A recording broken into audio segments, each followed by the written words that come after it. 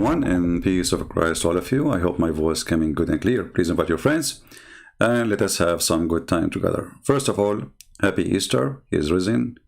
Our Lord, the living God, is with us. And he said, I will never leave you alone.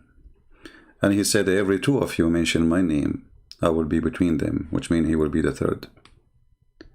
So he is listening, he is hearing us, and I'm sure he's enjoying exposing the lies of Muhammad. We tried today to use the program called Discord, but this Discord is dismiss stuff. People, they keep saying to me, why you don't use Discord? It's a mist. What is this program about? It's like a bathroom in Arabia where everybody talk, and you have no idea who's talking to. Actually, I deleted the server, and still people are talking. Anyway, so our topic today is about problems of the Quran.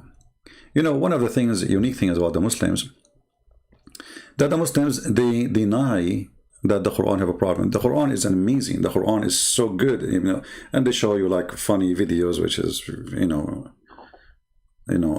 absurd to even to see such a videos.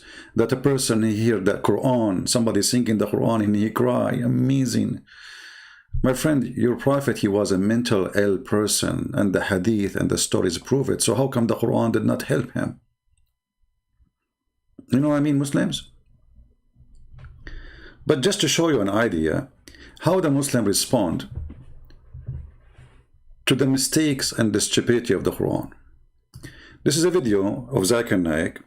A person, he bought a book of somebody professional in Arabic, and he showed an example of mistakes in the language in the Quran.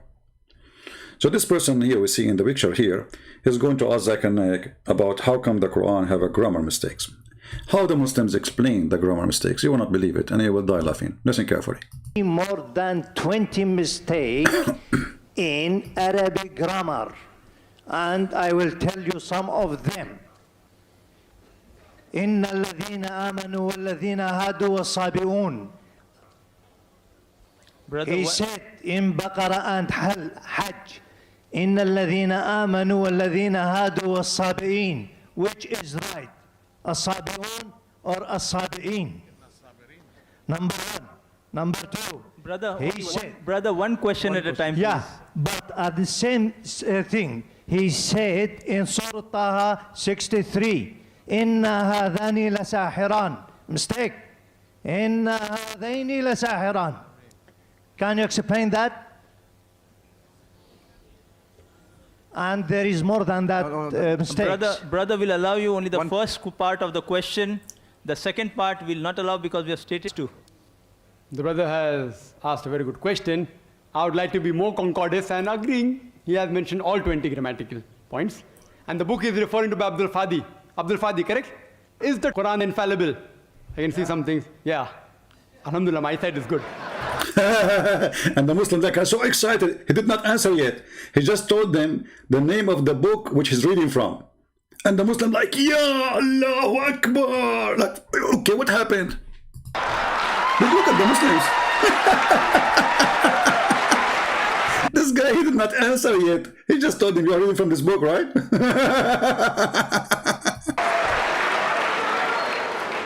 I will answer all 20 together. Because I've read the book. I'll answer all 20, inshallah. Inshallah. Point number one, brother. Point number one. Point number one to be noted that all Arabic grammar is taken from the Quran. Quran was the highest Arabic book, a book which has the maximum level of highest literature.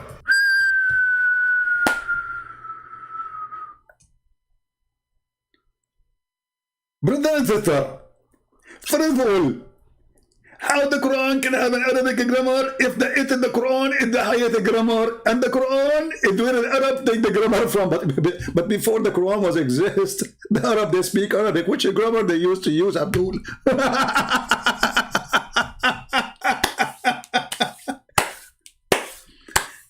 The Arab are exist long before Muhammad. So the Arab, when they use their language, when they speak, when they make poetry, their language is what? Based on what? So the Arab, they take their grammar for the Arabic from the Quran. But this is mean before that day, the Arab don't have Arab and they don't speak Arabic. Because in order to say such a thing, well, we have then to say that the first one who made Arabic exist is the Quran. Idiot. And now look what he will say after that.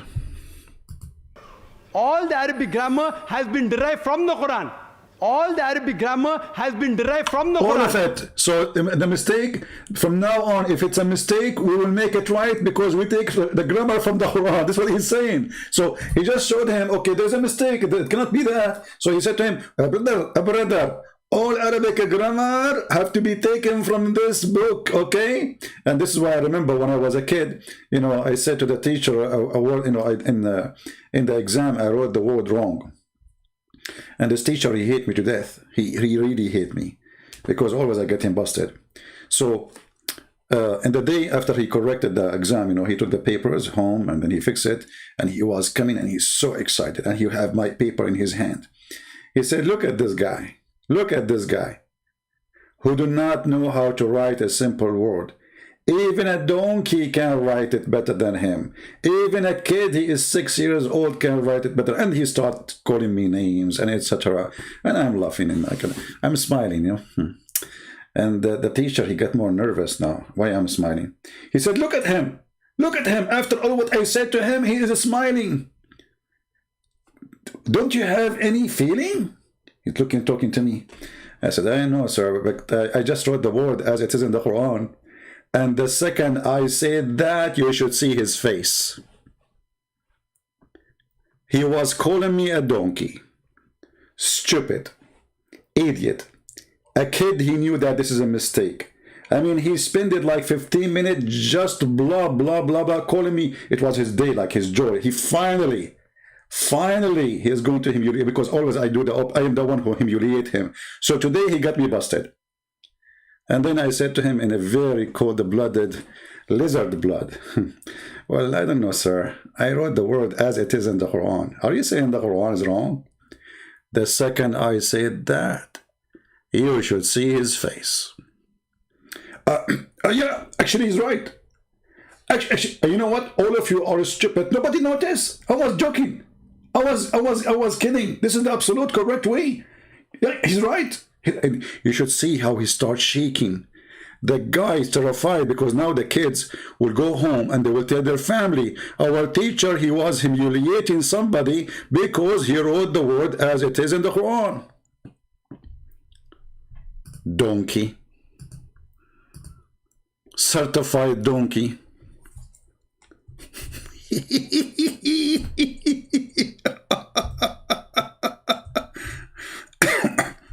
And now and now they ask Zakir Naik the same question, and instead of answering, what he do? He make a drama. All the Arabic grammar is coming from the Quran. He don't know Arabic himself. How he can answer such a question anyway? You know, how you know, how he can even respond to it? There's no way, you know, the guy don't even speak Arabic. So actually, it's not even fair to ask him the question because this donkey do not speak Arabic. Like they make a sound of verses, they memorize them by heart, but they don't know Arabic. So it's not fair to ask a question like this to such a person. However, look now what he will say, which is going to be a contradiction for what he just said. Listen carefully. So he just said all the grammar is taken from the Quran. And now, what he will say, he don't keep his mouth shut, you have to do poo-poo. Is the textbook of grammar, and all the grammar is derived from the Quran. The Quran can never have a mistake. Point number one. Point number two. Point number two. Point number two. It is like, you know, taking a ruler, and the ruler is there, has a measurement, and you're saying the measurement is wrong. See how stupid he is? He's saying, so you are saying to me that the Quran is the is the ruler of the grammar, and the ruler is wrong. But who's stupid who said that the Quran is the ruler? How it can be the ruler if the Quran is just a language or a book written in a language which exists for hundreds of years before Muhammad? How we can be the rulers when there's tons of books and there's poetry? So the Arab who make amazing poetry all this time, who speak the Arabic at that time is very strong, already established. How the Quran can be the ruler? And who is the one who said so? Just because it's a book of your religion, you are the one who decide that this is the ruler. But look what he will say after that. Just to show you that their intelligence, those who defend Islam, is very low. It sounds illogical. Point number 2. In the different tribes of Arabia, and you know Arabic, and Dr. William Campbell also will agree with me, in different Arabic tribes, the grammar keeps on changing. In some Arabic tribe, the word is feminine, the same word is even masculine in the other tribes of Arabia. In different tribes, the grammar keeps on changing. He just said that the Arab, before the Quran, there's no grammar. Didn't he just say that all the grammar is taken from the Quran? But now he's saying the Arab have different grammar. So grammar exists.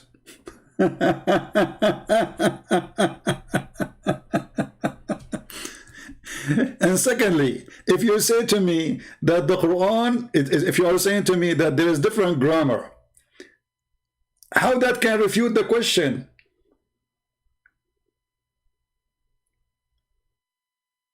Because at the end of the day, when somebody says to us they have different grammar, prove it to us. Can you? This is not true. The Arab, they have different, let us say, way to pronounce words, but not different grammar. But by saying what he said, that the Arab, they have different grammar, which grammar the Quran took? He just said different tribe. Well, the Muslims, they say the Quran they have today is the Quran of Quraysh, the tribe of Quraysh. So how the same word is written twice wrong or different way? One of them have to be correct. You see, the guy in the video, he said to him, it is in the verse, etc., and in the verse, etc. One it says this and one it says that. One of them have to be wrong. So if you are saying to me that the Arab, they have different grammar and the Quran is adopting their grammar and their grammar is wrong, that means the Quran is wrong anyway. Because he just said that. Listen carefully what he said about this grammar. Also will agree with me. In different Arabic tribes, the grammar keeps on changing. In some Arabic tribe, the word is feminine, the same word is even masculine in the other tribes of Arabia. In different tribes, the grammar keeps on changing. Even the gender keeps on changing. So will you check Quran with that faulty grammar? No. And furthermore... Did you see? He just said faulty grammar. He just said faulty grammar. So we have the same verse written twice in two different ways. Which one of them is the faulty grammar? Whatever you choose of them, that means the Quran have a faulty grammar. So the Muslims, because they are Muslims, and they cannot, and the guy who is defending the Arabic in the Quran, he don't himself, he speak Arabic, which make the whole answer ridiculous. Because how somebody who speak Arabic can refute about Arabic? Now, Muslims, when they are taking defense or offense, they speak differently when from Muslims sitting together, teaching together, you know. There's no Christians watching, there's no Hindus, there's no Buddhas, no atheists, so which means nobody is laughing. So when the Muslims are sitting together, they admit that the Quran is suffering from problems.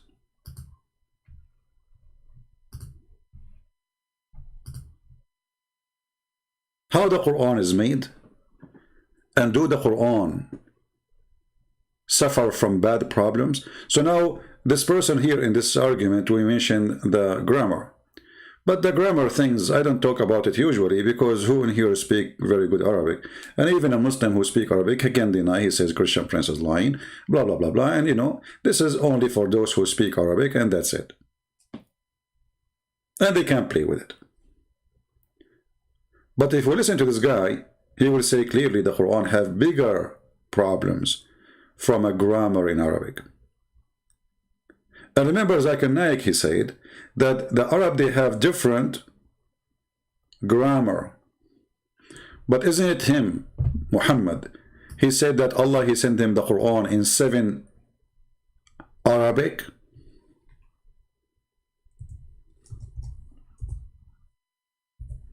Do you remember? And this is what make Yasir Qadi says that the Quran have a problem. There's a hole in the narrative. The Abdul Zakir Naik, he just said, the Arab, they have different grammar.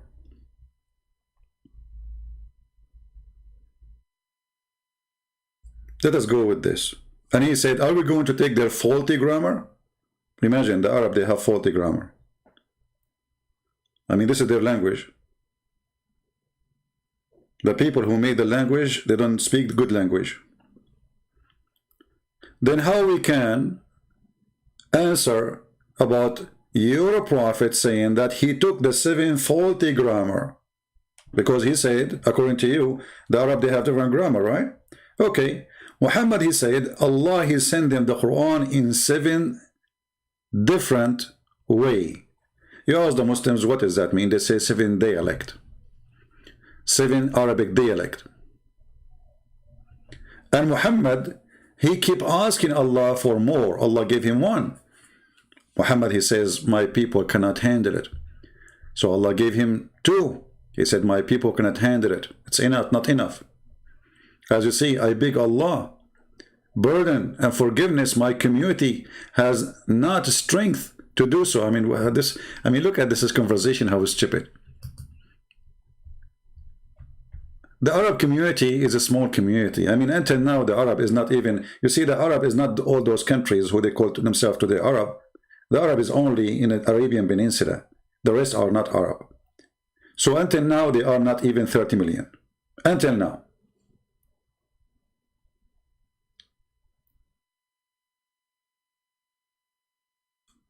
When Muhammad, he asked the angel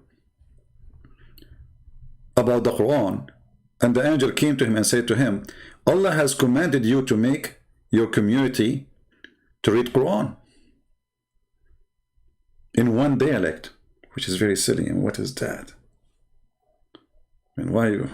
What? I mean, all of them, they speak the same language. What the point of this dialect thing? Then the Prophet said, I beg Allah, burden and forgiveness, my community has no strength to do so. What does that mean? What do you mean have no strength to do so? Any Muslim can tell us what does that mean? So how Zakir Naik, he recite the Quran? Now, he have only 1 Quran.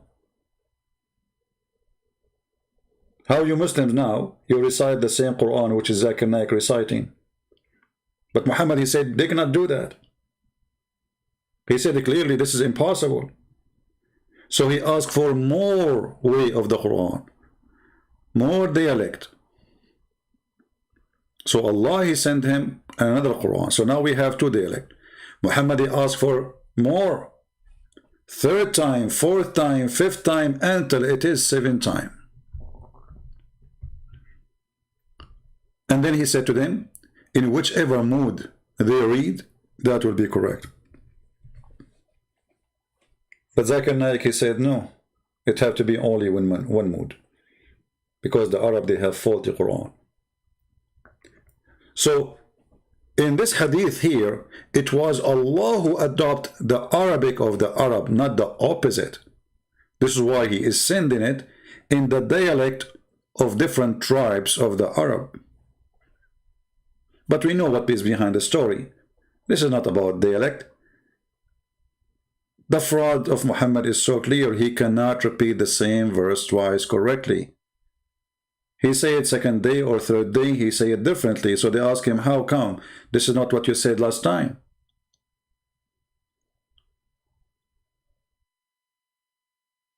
So he have to come with the excuse. Okay, how come I mean, this is a word from Allah, how I can change it? I told them 2 weeks ago or a week ago or 2 days ago this verse in a certain way, and now I'm trying to say it again, but it's coming differently. I'm adding different words. So he claimed that, oh, I did not tell you that I asked Allah. He even put a conditions on Allah to send him 7 Quran. And here in this story, you will notice many stupid things about this.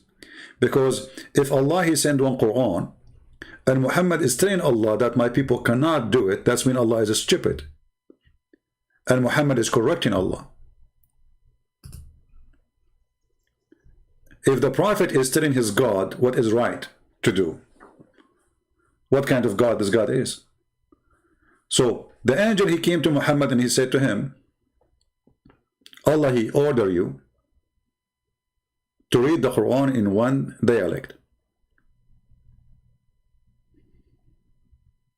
What Muhammad he do?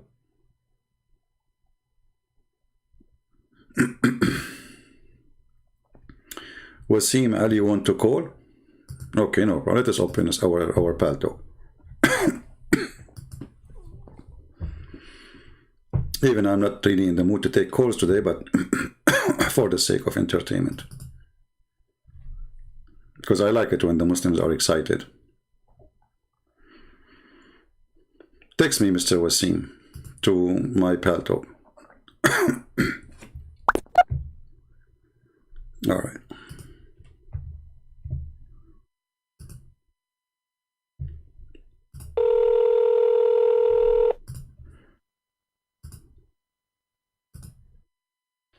Hello?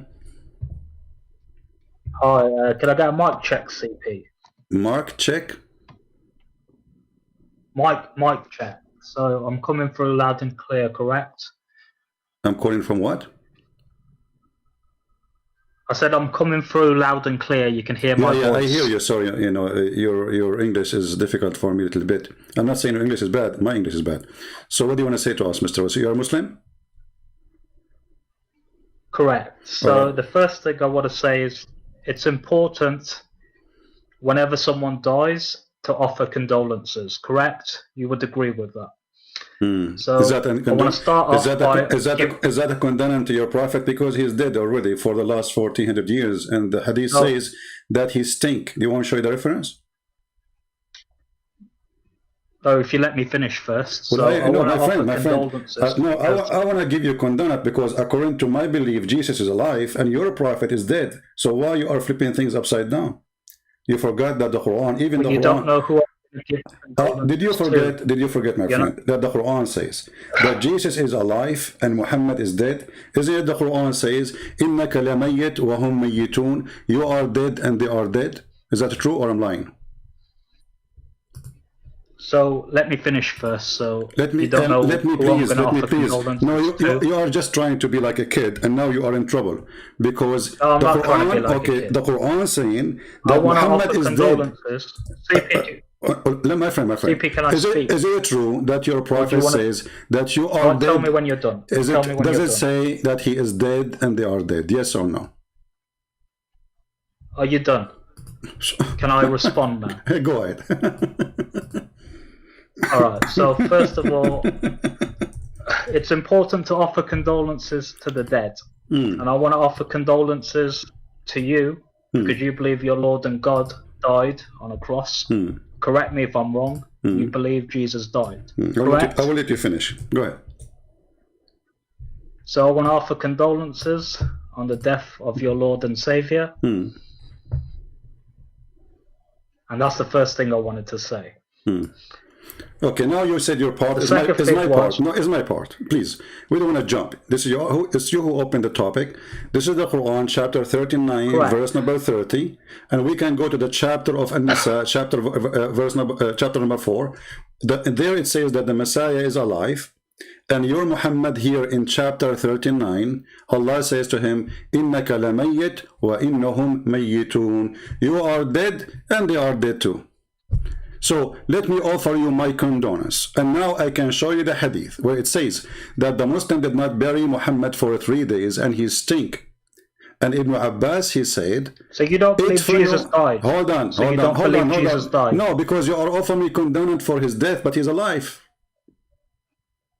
So, but is he alive now? Did he die or not? Is he alive or not? But did he die? Okay, but is he alive now or not? So how you come to me, he says, I offer condolence for you, because my Lord, he over death by death. Your Lord, he is dead and he is a stink. Even the hadith says he stink. So Jesus, listen, so you see, you are trying to make fun. You are trying to make fun, and now you got yourself busted. Isn't it true that you're a prophet, when he died, he stink? And the Muslim did not bury him for 3 days. Christian P, listen.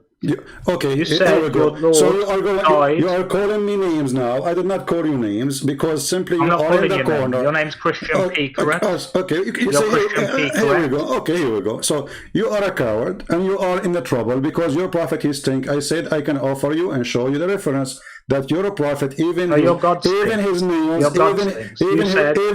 became a green and blue, and his fingers they shrink. And Ibn Abbas, he said, "Idfunu sahibakum fahuwa antan fa'innahu yahsan kama yahsan al-bashar." Bury your friend, he stinks like all a human. Listen, is it true or I'm lying? Did he narrate it? His what? Did he narrate it? Who? What narrated? Was it narrated? What narrated mean? That's what I'm asking you, because you're supposed to say narrated, but every time you say narrated. Okay, so you are correct. You've been in America for 20... listen. Okay, you do not know Arabic. I can make fun of you when you read Quran for me. Read the verse for me. Here we go. English is not my first language, and I don't care. I speak languages. How many languages you speak? You said you've been in America for 20 years.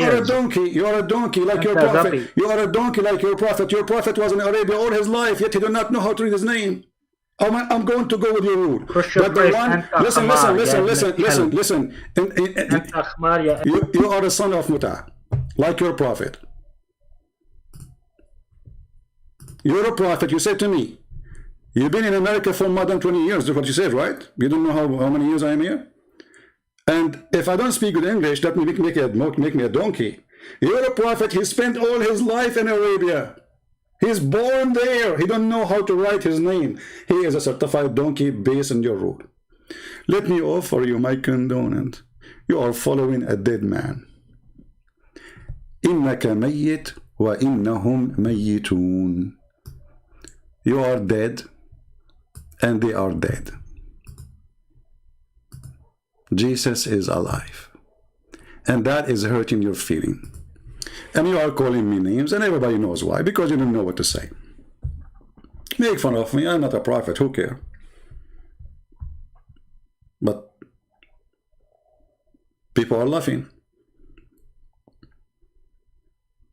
And the funny here, the Muslim translation says, verily you, Muhammad, will die. It doesn't say that in Arabic, it says, innaka mayyitun. You are dead. It doesn't say you will die, but the Muslim, they have to explain it. I mean, how in the world Allah says to him, you are dead, when he is not dead yet. They will say Allah, he meant in the future, but in Arabic it says it clearly, innaka mayyitun, you are dead. So let me offer you my condolence, my friend. Your prophet is a joke, and he stinks, and he is dead. And even if Jesus is a prophet, he is not God, he is alive. According to your religion, he never been in grave. How do you explain that to me? Do you have an answer?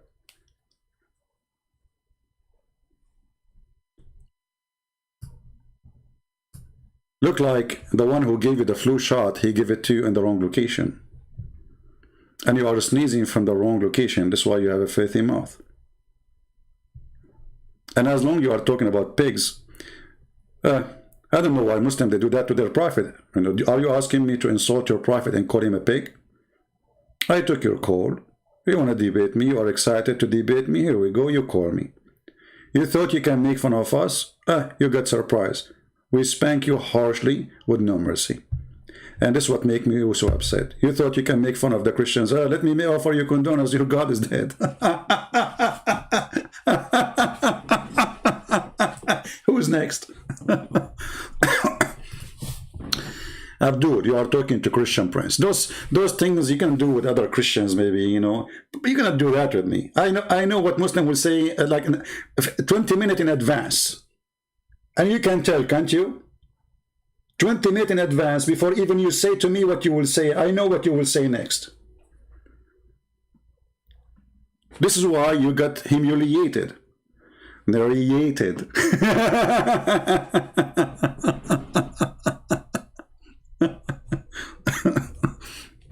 And here actually you see how the Muslims are a bunch of hypocrites when it's come to speak about Jesus. In one side they say Jesus never died. In the other side they lie. They say, okay, let me offer you condolence. Well, okay, hold on. We Christians, we don't believe that Jesus is dead. We believe that Jesus, yes, died. He was crucified. He was in the grave, yes. But there's no condolences needed because simply he overcome death by death. There's no grave can hold him and no death can take him. That is my Lord. Who is your Lord? This thinking Muhammad. I offer you to show you the reference. You coward, you start calling me a pig. And why you are calling me a pig? Do you know that that pig saved millions of Muslims every year? Do you know that all the insulin in the world is made from pork? Do you know that every surgery happening in this earth is happened by stitches made from pork? Do you know that your mother, she used lipstick, and your father, he kissed her, and lipstick, half of it is made of pork? You are a porky guy. Pork, sir, you know, the one who saved your life is a pig. The one who killed life is Muhammad. So a pig is better than Muhammad. That is the consequence of saying to me you are a pig. Go check it out, search in Google. When somebody do a surgery, is a Muslim, what is the stitches is made from? Those material, they use it for stitching. This is from pigs. How dare you Muslims to use it? You should not accept it. Coward, liars. So they cannot refute us. They want to insult, but yeah. Never try to insult me, because you are no match. You are no match, not by insulting. I will refute you even in the insult, and I will insult you by a scientific answers. Your prophet, he stink. His nails turned pink. And he was a drunken man, yet he said to you, don't drink. He went around like a rat. And each time he see a woman, he have a diarrhea of a cat. I just made Quran. Why you bring this to your prophet? Here we go. Why you make it personal? Don't go there. I am not the person who you can make fun of. You Muslims should know better. Now we go back to our topic.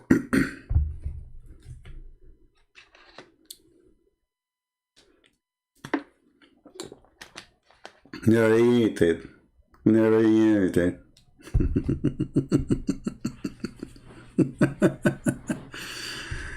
Oh, Lord have mercy. So, Muhammad is dead, the Messiah is alive. Who is the stupid here? Imagine, the Muslims, they claim that they believe in Jesus and they believe in Muhammad. Okay. They believe Muhammad is a Muslim prophet. Okay. Jesus is a Muslim prophet. Okay. But how you stupid? You follow the dead one. You should be following Jesus, even as a prophet. Because Muhammad is dead. And how Muhammad claimed to be the last prophet, yet the Muslims are waiting for Jesus to come. So Muhammad is not the last prophet. Jesus is coming again. Idiot.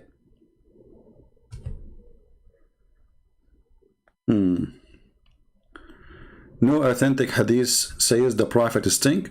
Well, Ahlul Sunnah, why you don't call me, and we will see if it's authentic or not. Is that fair, guys? Is that fair? Call me right now, Ahlul Sunnah. Here we go. Let me take a selfie for you, my friend. Smile.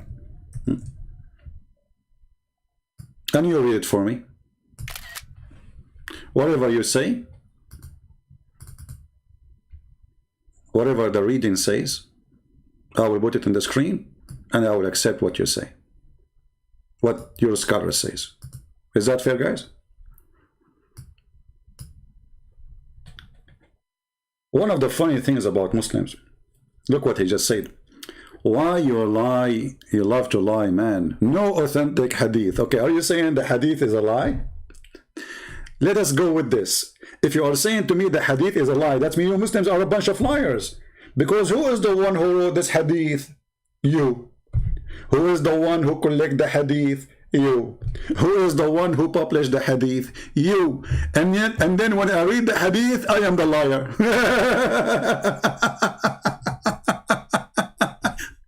What a crazy religion. They are the one who cook the food. They are the one who put the ingredients. They are the one who tend the fire. They are the one who put it in the pot. They are the one who took it from the fire. They are the one who put it in the dishes. They are the one who serve it. And when we say the food is stinky, they say, you are lying. This is not authentic food.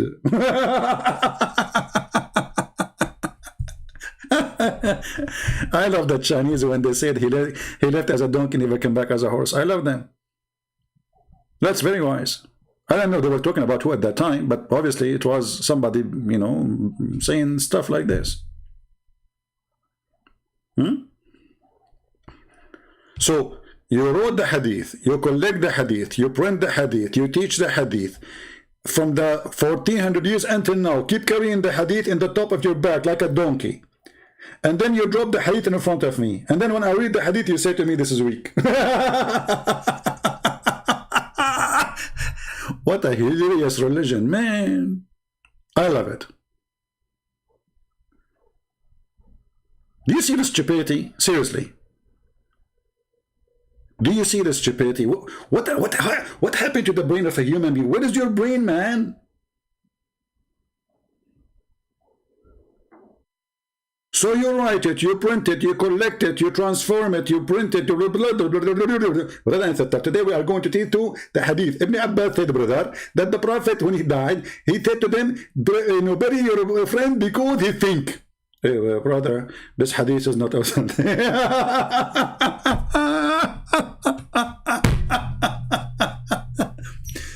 The hadith had a category. My friend, it's not the hadith who have category. You have a category. Because you idiot, if the hadith is not accepted, why you put it in any category? Say this is not right, just throw it in the garbage.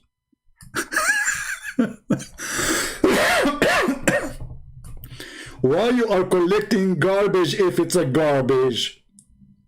The hadith has category.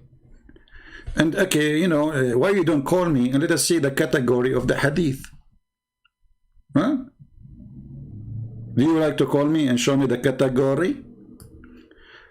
What I am saying that it does not have category. It have a kata and gori. Kata is a Muslim guy. And gori is his dog. Kata don't like dog because his name is Kata, which means coming from cat. This person, he did not say Bismillah, so Allah cursed him to cat. And then he met with Gori.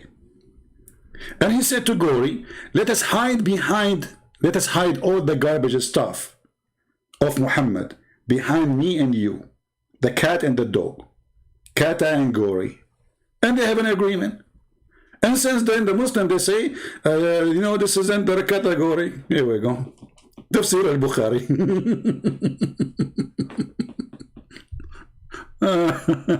Category. What a joke, man. All right. Why you don't call me? Don't you Christians wrote many books and pick up books suit your ideology? No, we don't. We don't. That's not true. When you say Christians wrote many books, what do you mean by Christians? This is your prophet saying, this is Ibn Abbas, his cousin. For us, all the disciples of Jesus, whatever they said, we have them in the books there. We have their letters, the exchange of conversation, we have their act, even we have their revelation, and we accept it. It is you Muslims who play the game that this is bad and this is good. And all of us, we knew that even the one which is called da'if, we just played the video yesterday where your sheikh, he said to you that da'if hadith is accepted, did not flunk. Our prophet died and your God died. Thank you, Wasim. That means your prophet did lie. Be my witness. Wasim, he witnessed that Muhammad is a fraud. He just left Islam. He just witnessed that Muhammad, he lied when he says that they crucified him not, they killed him not, but Allah take him to him. Muhammad is a liar. Thank you, Wasim. Anyway, let us go back to our topic. Those Muslims are very upset. It's okay, I understand. I mean, put yourself in their shoes. I mean, if they wear shoes, right? The Gospel of Thomas, we did not, okay, see, when you say the Gospel of Thomas, this is gospel for whom? This is not our gospel.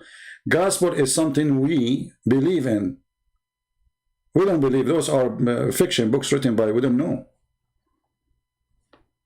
Like, as an example, you Muslim, you say there's a Bible, it's called the Bible of Barnabas, and you keep talking about it. But that book, Barnabas, says that the Messiah is Muhammad. You keep asking us, why you don't accept this book? We idiot. It says the Barnabas, this book, it says that Muhammad is the Messiah.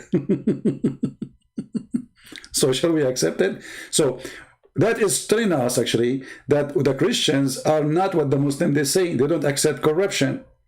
Anything is corrupt, they throw it. They don't say this is weak. No, we don't say this is weak. We say this is false. That's it. We have nothing to do with it. Put it in the shelf in the library. Let people see this is history. But you Muslims, you collect and you say the Prophet said, and you put it in your book, and you publish it in the internet, and you print it, and you give it a number, and then you cry for reading it for you. Let me give you an example.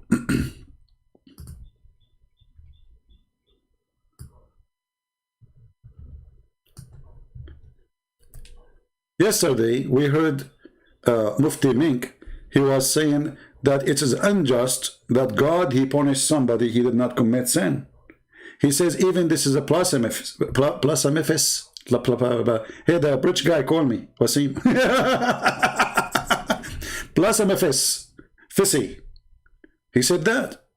And this is a hadith which is sahih, that in the day of judgment, Allah will take all the sin of Muslims, even if it's heavy as mountains, and he will place it on the top of the Christians and the Jews. Is that sahih, authentic? Yes, it is. Right? It is. If we go to this hadith as an example, which is proving that your prophet was mentally ill, is that hadith is weak? This is al-Bukhari.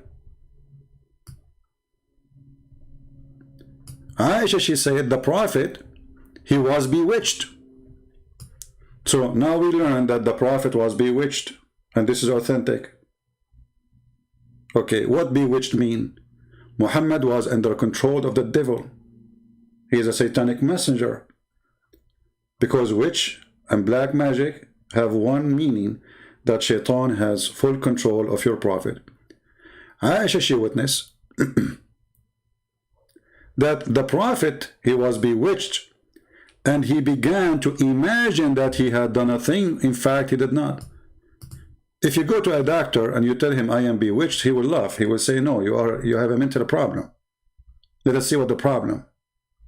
So according to your science, according to science today, your prophet is mental person. He had mental illness. This guy, He go to the, he opened the, you remind me, your prophet remind me of a guy, you know, he's one of my cousin, his name is Abdul. So he is heavy when he sleep, you know, when he sleep, he's so heavy. So he woke up at night and he went and he did poo-poo and he pee. He came back to the bed and he lay down and then he remembered something. He said to his wife, my cousin. He said, what, honey, why you are waking me up? He said, when you open the bathroom door, does the light come on by itself? She said, no, honey, this is the door of the refrigerator. And this is your prophet. Your prophet, he opened the door of the refrigerator. He do pee and piss and poo-poo there, thinking that he is in the bathroom. And this is exactly what the hadith is saying. That the prophet, he imagined he had done a thing. In fact, he did not. Prove me wrong. Can you prove me wrong?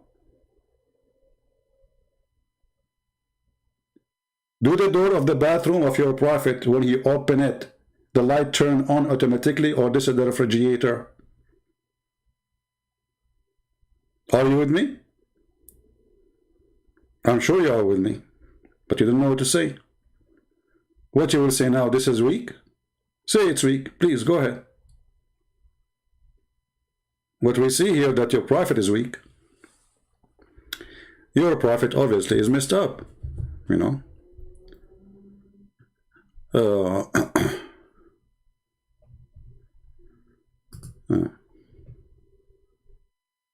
Yeah, this is maybe this is Wasim. He changed his name to call me again.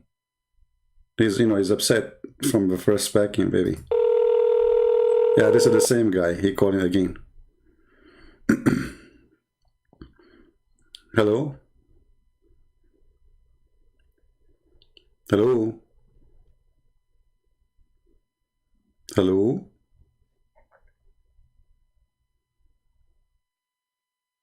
Hello? Okay, take care.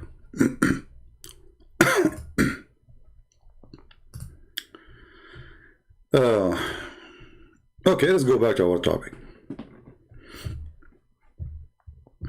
And those things only happen with someone like Muhammad. He's a prophet of God, my friend, protected by Allah. Protected by Allah. Let's give him a chance again.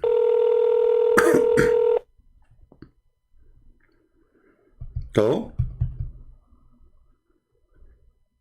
Okay, do you want to talk? Alright, maybe he's shy.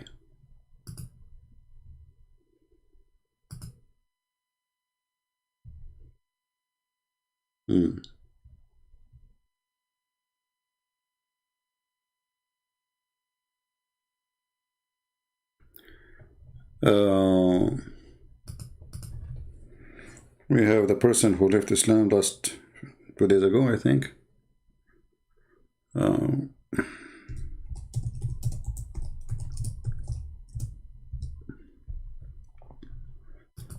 Any other Muslim?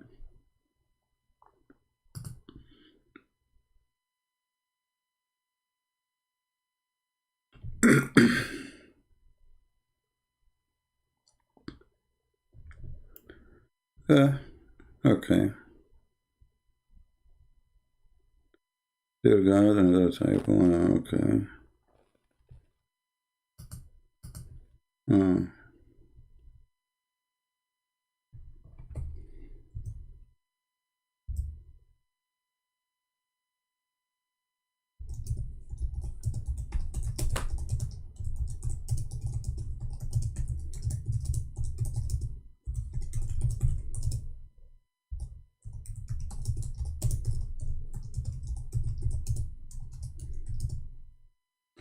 Answering a female Muslim. All right. Don't you know that Muhammad was a merciful and he was kind to women? That's what she said to me. You believe it?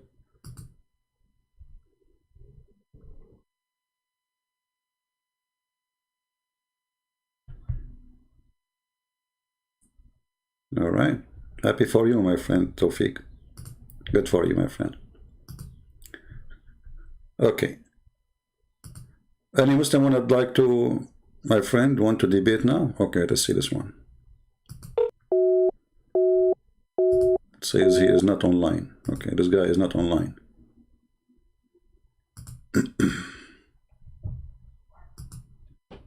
Let us see.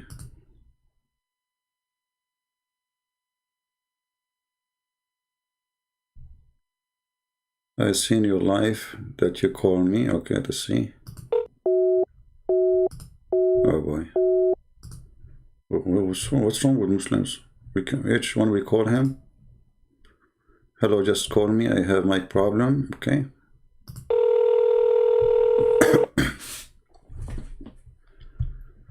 All right, Christian Peter, why do you keep hanging up? Did I tell you guys that he changed his name, the potato?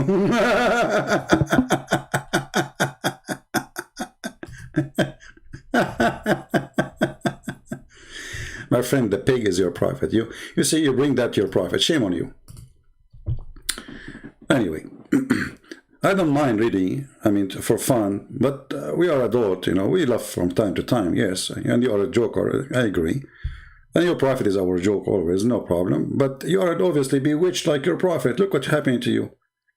I just got you busted, and now you're calling me back. So what did you? Are you still bewitched? I think you are imagining that you are calling maybe your prophet, but in fact you are calling me. Because you are bewitched, obviously. You know, you are talking to the wrong person. Don't talk about pigs. Pig is the one who go after children in the age of 6 years old. Even your prophet, he asked for the hand of Fatima bint Asad when she was an infant. Infant! Do you know what infant mean?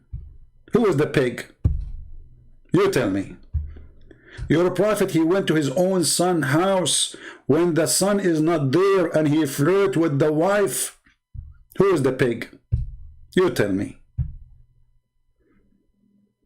You tell me. I will never go to the house of my friend and flirt with his wife over my dead body.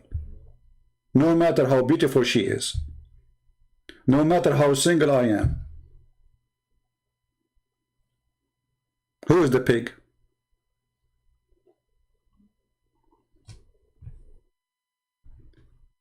Anyway. So today we are going to talk about more problems of the Quran. While the Muslims in some places, when they are speaking in general, like in front of public, where only Muslims there, they speak in different way. But when there is mixed Muslims and non-Muslims, they speak totally different answers or different conversation. This is here Mr. Nouman Khan. Nouman Khan is very well known. He's a very popular in WhatsApp, you know. Women in WhatsApp, they like him. He was teaching the Muslims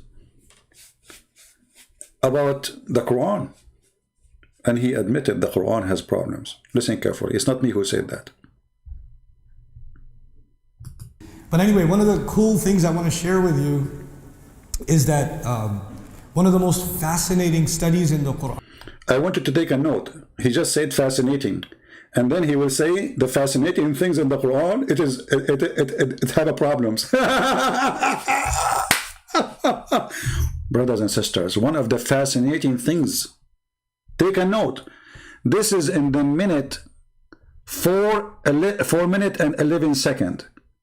One of the most fascinating things in the Quran, and now right away he will start talking about problems in the Quran. How the Quran is fascinating and you are counting the problems. Go ahead. Quran is actually how the surahs of the Quran are organized. And this is actually... Did he say organized? Did he just say organized? A minute or two after he will say the Quran is not organized. Actually a number of different subjects together. The first subject is how are the surahs themselves organized? Fatiha is first, Baqarah is second, Ali Imran is third, etc., etc. Why are they in this order? Because from a Western academic standpoint, and by the way, the first time I studied Quran seriously, it was not from Muslims. It was from non-Muslims. The first time he studied the Quran seriously is from non-Muslims. This is why Muslims come to hear and listen. Because you go to a Muslim program all what they are saying, praising the Quran, amazing book, amazing prophet, so they hear nothing true. Here, we have a sharp knife, we chop, chop, chop, chop, chop, and we show you in details. This is the butcher shop.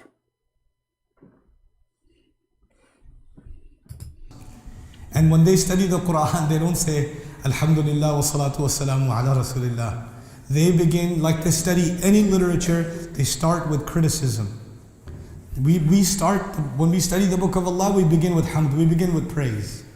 We begin with iman, that this is the best, you know, وَالرَّاسِخُونَ فِي الْعِلْمِ يَقُولُونَ آمَنَّا بِهِ كُلُّ مِنْ عِنْدِ رَبِّنَا. Okay, this is what we say. That's not what they say. Right. They begin with criticism, skepticism. And so the first exposure, one of the first serious exposures I had to the Quran was actually criticism. Okay. And the first criticism was the Quran is unorganized. The surahs are in this random order. Guys, I don't know who is suffering from flight of thoughts. I don't know who is really bewitched, only the Prophet or those who follow him. How in the beginning he says, it's amazing, fascinating how the Quran is organized. And now he is saying the Quran is not organized. Do you remember what he said in the beginning? He said, what is fascinating is how the Quran organized. Fascinating, he used the word fascinating. And now he is saying, well, the Quran is not organized. Okay, hold on. How it's fascinating how the Quran is organized, and now you are saying the Quran is not organized. Are you okay? Abdul is talking. And he knew nobody is listening. Do you think anyone is listening? You say whatever you want. As long as he's praising the Prophet, nobody have attention. As long as he's a Muslim, whatever he says, okay, it's okay. If it's Christian princes talking there, they would be like, Takbir, Kalham, Allahu Akbar, you know, they are relaxed. How he said the Quran, one of the fascinating things is how the Quran is organized. And now he's saying the Quran is not organized. And the subject keeps going from one to the other, and even they call them chapters of the Quran, right? That's what they call it. But they don't call it surah, they call it a chapter. Even though a chapter and a surah are not the same thing. Exactly. Chapter and surah are not the same thing. Do you know what chapter mean and surah mean? Listen carefully. They begin, like they study any literature, they start with criticism. We start, when we study the book of Allah, we begin with hamd, we begin with praise. We begin with iman, that this is the best, you know, وَالرَّاسِخُونَ فِي الْعِلْمِ يَقُولُونَ آمَنَّا بِهِ كُلُّ مِنْ عِنْدِ رَبِّنَا. Okay, this is what we say. That's not what they say. They begin with criticism, skepticism. And so the first exposure, one of the first serious exposures I had to the Quran was actually criticism. And the first criticism was the Quran is unorganized. The surahs are in this random order, and the subject keeps going from one to the other, and even they call them chapters of the Quran, right? That's what they call it. But they don't call it surah, they call it a chapter. Even though a chapter and a surah are not the same thing at all. They're not the same. I personally don't agree with the translation of surah as chapter. I don't. Because there's a certain standard in literature for a chapter.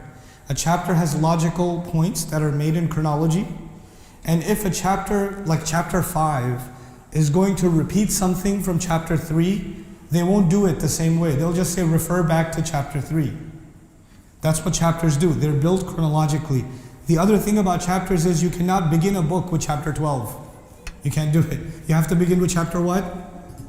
Did you hear what he said? Did you hear what he said? Muslims, are you listening? Made in chronology. And if a chapter, like chapter 5, is going to repeat something from chapter 3, they won't do it the same way. They'll just say, refer back to chapter 3. That's what chapters do. They're built chronologically.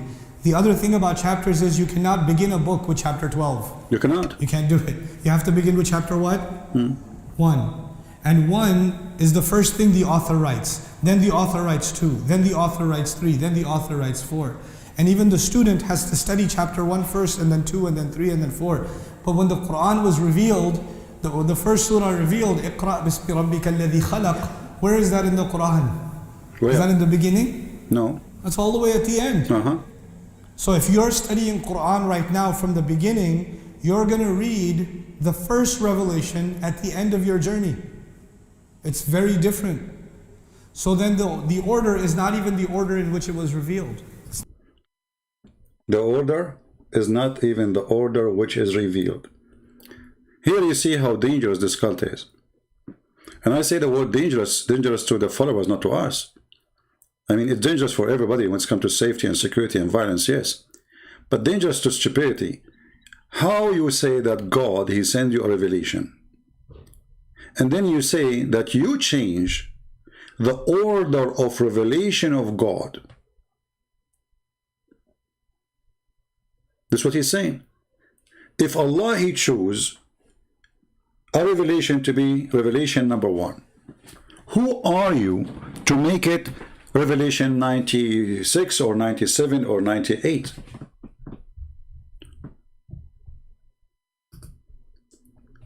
How many times we heard the Muslims saying that we Muslims, we preserve the Quran? Is that how you preserve the Quran?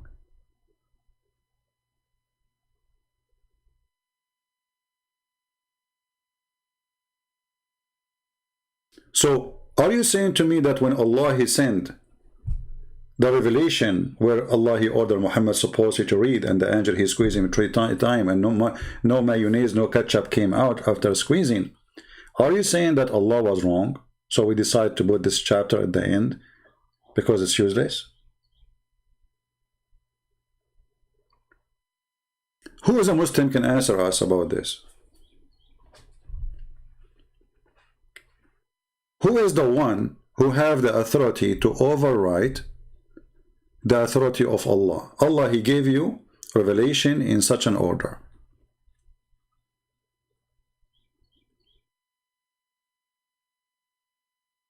When the Quran was memorized, no, the Quran was not memorized in any order. You know, if you read the Muslim history books, you will see that they were collecting verses, not chapters. They were collecting verses, like this guy here remember this guy here remember that. You know, and when the Muslims, they lost their war, or let us say in the end of the life of Muhammad, and then the caliphate came, and most of those who memorized the Quran, they died. So then Uthman, he ordered to collect whatever they have, whatever left, whatever they can remember.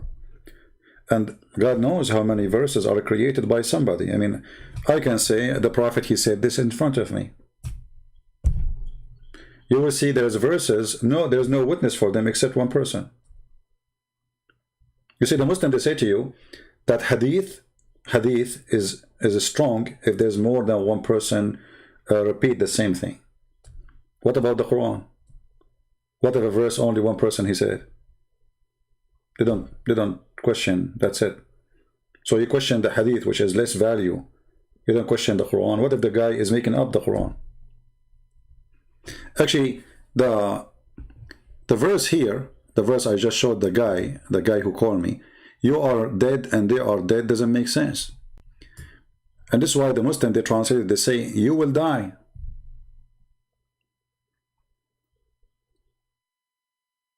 Because the Arabic is so clear, it says, innaka mayyitun, you are dead.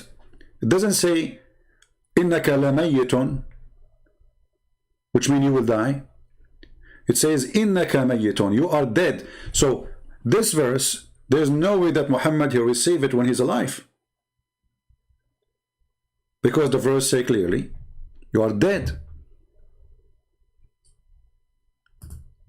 If you change the translation, let us see, maybe we can find one of them, he have little dignity to make it correct. Maybe we can find somebody with dignity. Here we go. Let us see. You see, look what they do. You are certainly will die. But where is the word will in Arabic? It says innaka mayyitun. You are dead. And they are dead. This is a verse have to come after Muhammad's death.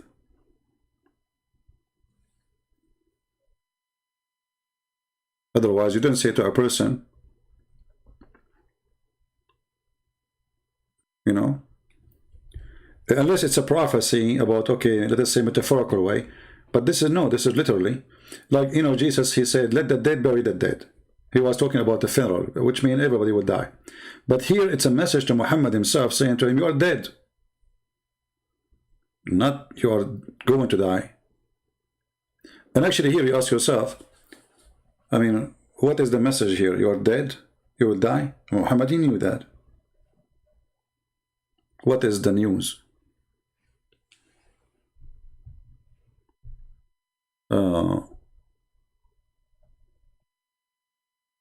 Oh, hold on. Guys, look what Mr. Stranger, he said. Show me the reference, Mr. Stranger, so we can put it in the screen and we can laugh together. Guys, read carefully. Look what the stranger, he said.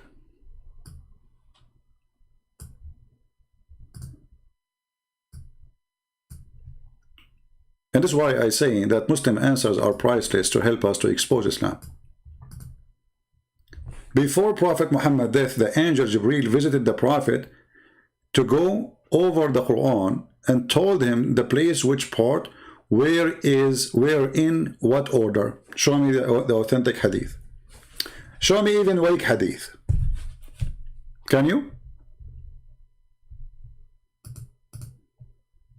Can you? Are you there, stranger? And here you notice something very funny and very stupid.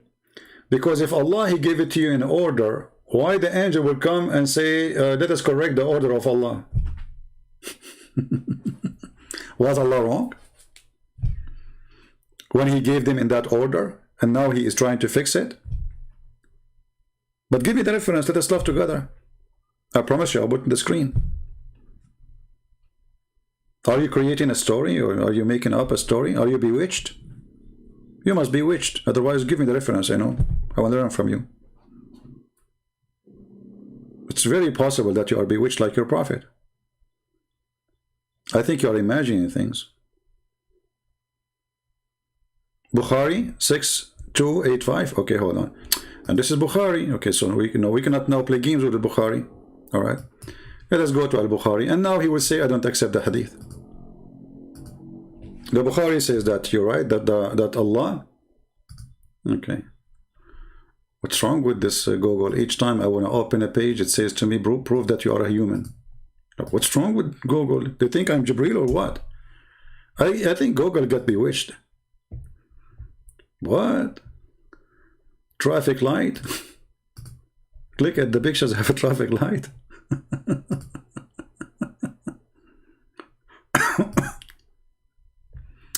All right. All right. So you said Al-Bukhari, hadith number what? 6285. Okay, let's see. Hadith Al-Bukhari 6285. Okay. Let us see if we can find this one. All right.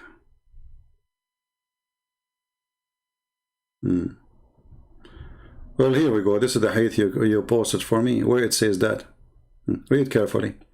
This is the hadith you choose for me. This is the one you choose to me, right? Okay. He said that Jibreel used to review the Quran with him once a year. Review. This is your translation. And this year he reviewed it twice.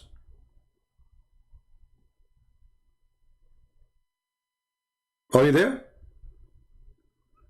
Where it says that he put the Quran over his chest. Well, what?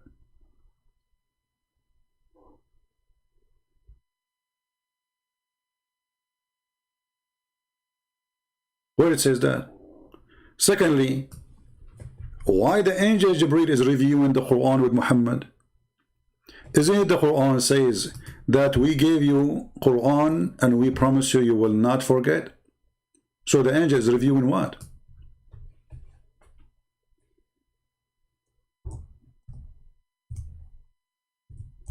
I'm waiting for the reference for what you said to me, that Jibreel, he is the one who told him how to order the Quran. Doesn't say anything about this. Here we go. This is your Muslim translation, the same Muslim website. So you are making things up. If we go in the Quran here,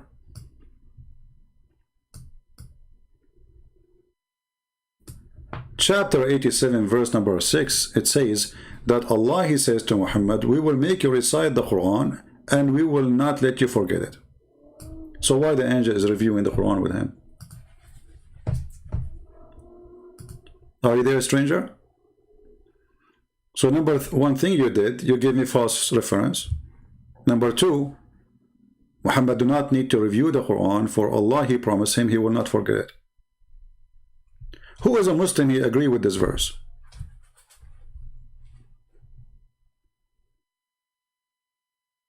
So what if he repeated it twice with him? Yeah, guys, here we go. Guys, he repeated it twice with him. He repeated it twice with him. No problem. Okay, do you have that Quran which Muhammad, he repeated it twice with him? You don't have. You don't even have the Quran of Uthman. So, the Quran which Muhammad received is the revelation. The Quran you have today, according to you, this is the book of Uthman. And you don't have even the book of Uthman. Where is the book of Uthman? You don't have it. You don't even have the book of Hafs, because Hafs is a recitation. So Hafs, he came 200 years after Muhammad.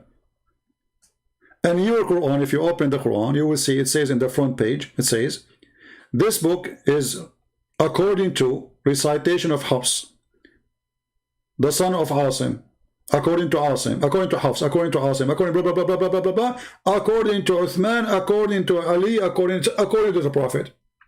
Where is the book of the Prophet and where is the book of Uthman? You have recitation of Hafs, you don't have even the book of Hafs. And this is 200 years after Muhammad. So, you say to me that Allah Prophet, he was reviewing the Quran with Jibreel. Okay, what does that mean? That is a joke. Same time, why he want to review it with him? If Allah, he promised him he will not forget. Number three, where is the Quran of Muhammad? And what the point of this reviewing? We ask you, who is the one who ordered to change the order? You said to me, you want to give me this reference. But this reference doesn't say that the Prophet, he changed the order.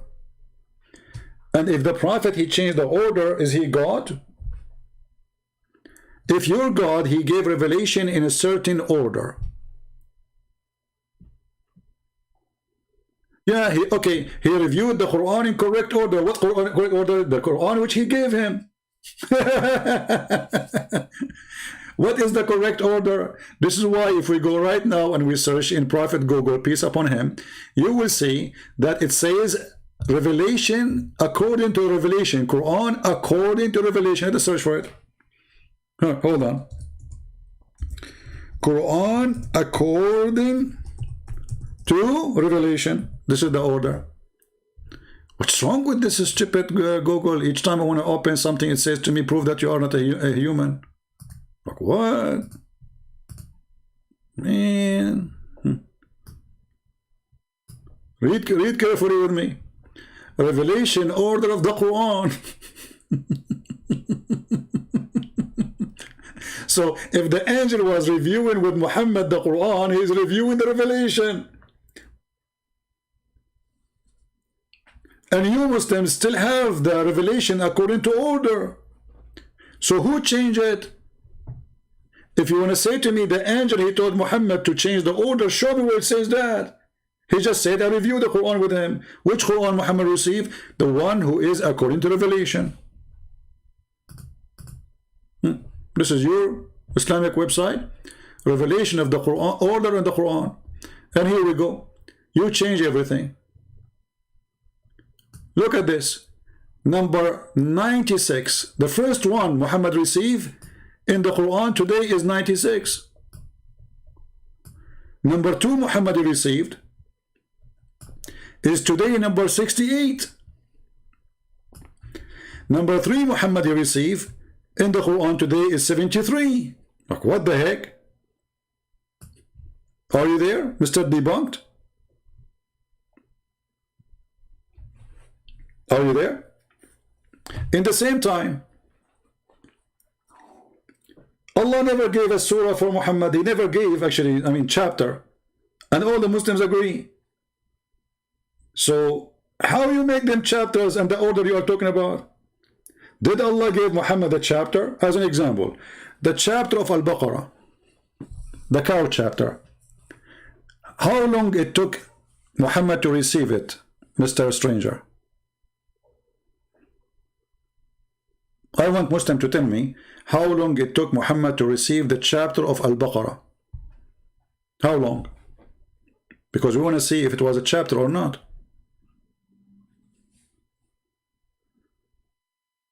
Any Muhammad have an answer? Because in order to make it in an order, as they are saying there, well, that's mean Muhammad, he received it chapter by chapter, but this is a lie. They did not receive, Muhammad did not receive chapters. So even this list here is a joke. Look at them. They are searching Google.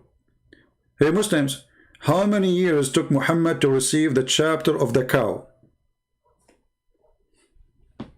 Did he receive it in 1 day, 5 seconds, 5 minutes, a month, a year? Are we searching Google, Muslims?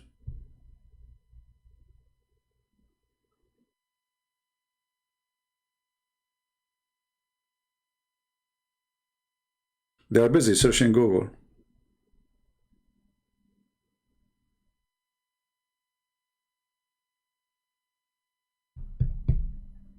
Who wanna help me? Yeah, because at that time Muhammad was a Hindu. Part-time Hindu. What happened to the Muslims? Where is everybody is quiet? You Muslims, you don't want to debunk me now? What's happening? I'm worried about you now. Don't play dead. How the chapter of Al-Baqarah, the biggest chapter of the Quran, is called a chapter when Muhammad, he received it through all his life almost as a prophet. So how it became a chapter? Because obviously Allah did not give him a chapter, he gave him verse and here, verse there. Okay, who is the one who decided to put it all under the cow chapter? Can you tell me?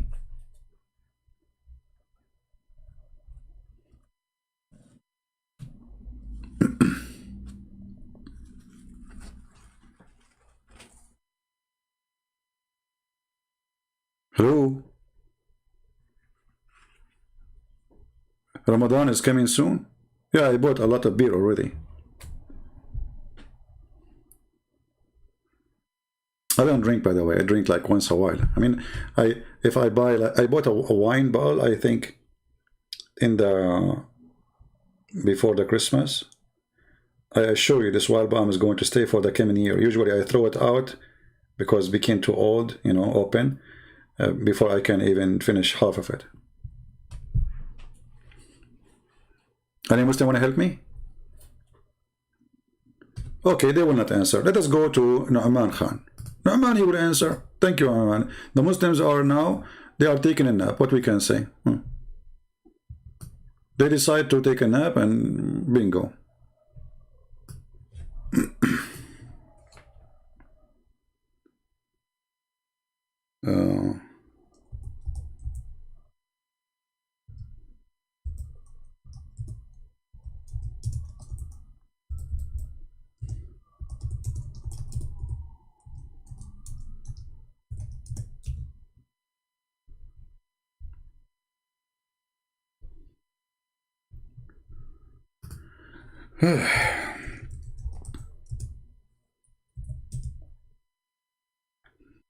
All right.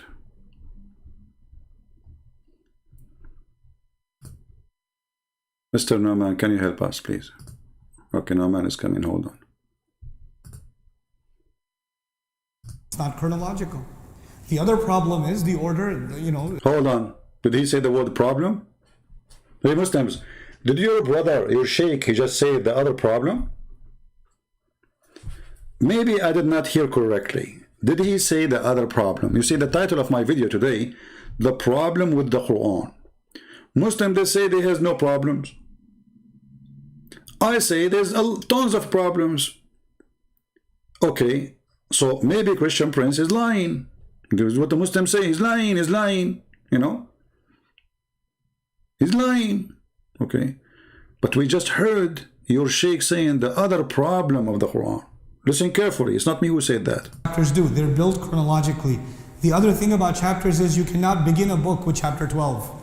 You can't do it. You have to begin with chapter what? 1. You have to begin. This is wrong. You cannot begin with chapter 12. You begin with chapter 1. This is a problem. And 1 is the first thing the author writes. Okay, who is the author? Allah.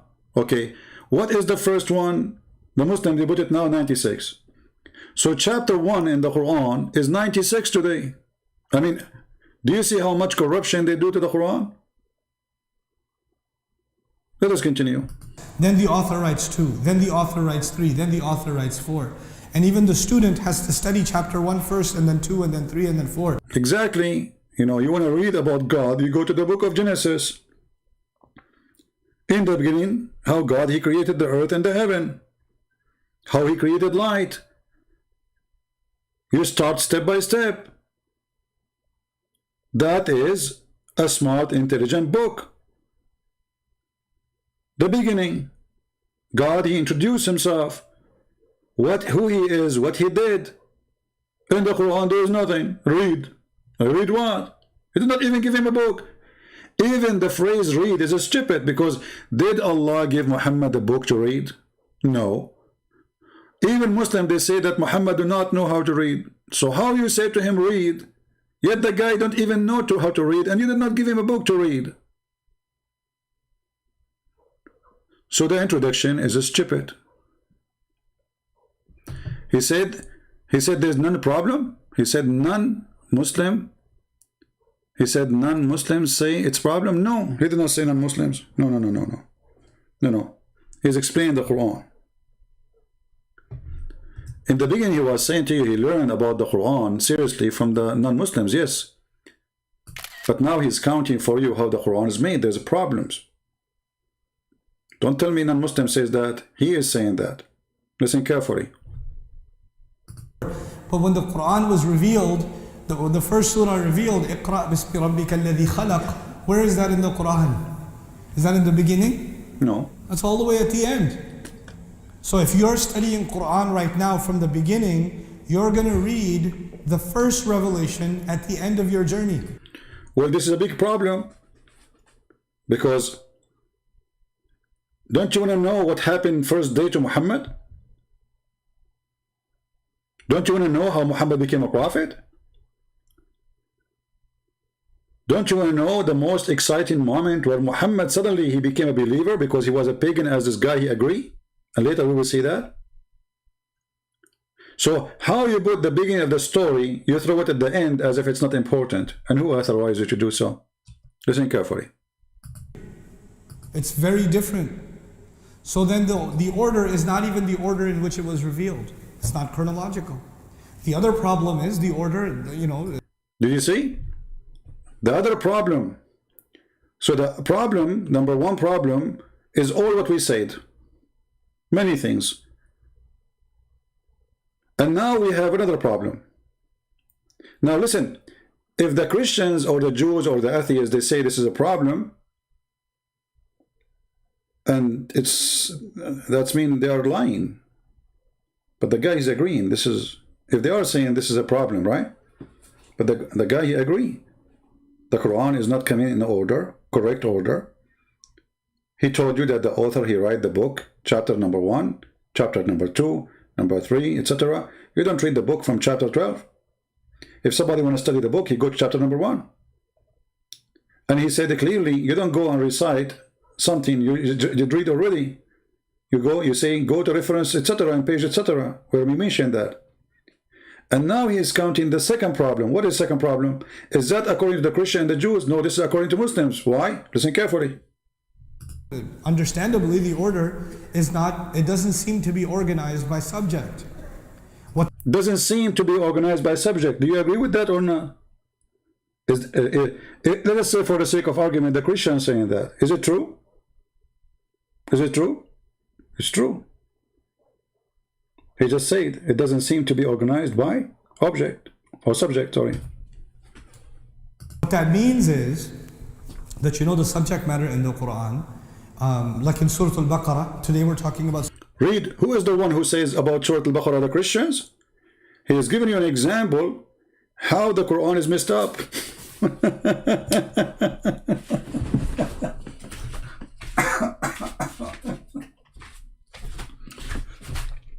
Who is the one who's giving example now about how messed up the book? The Christians?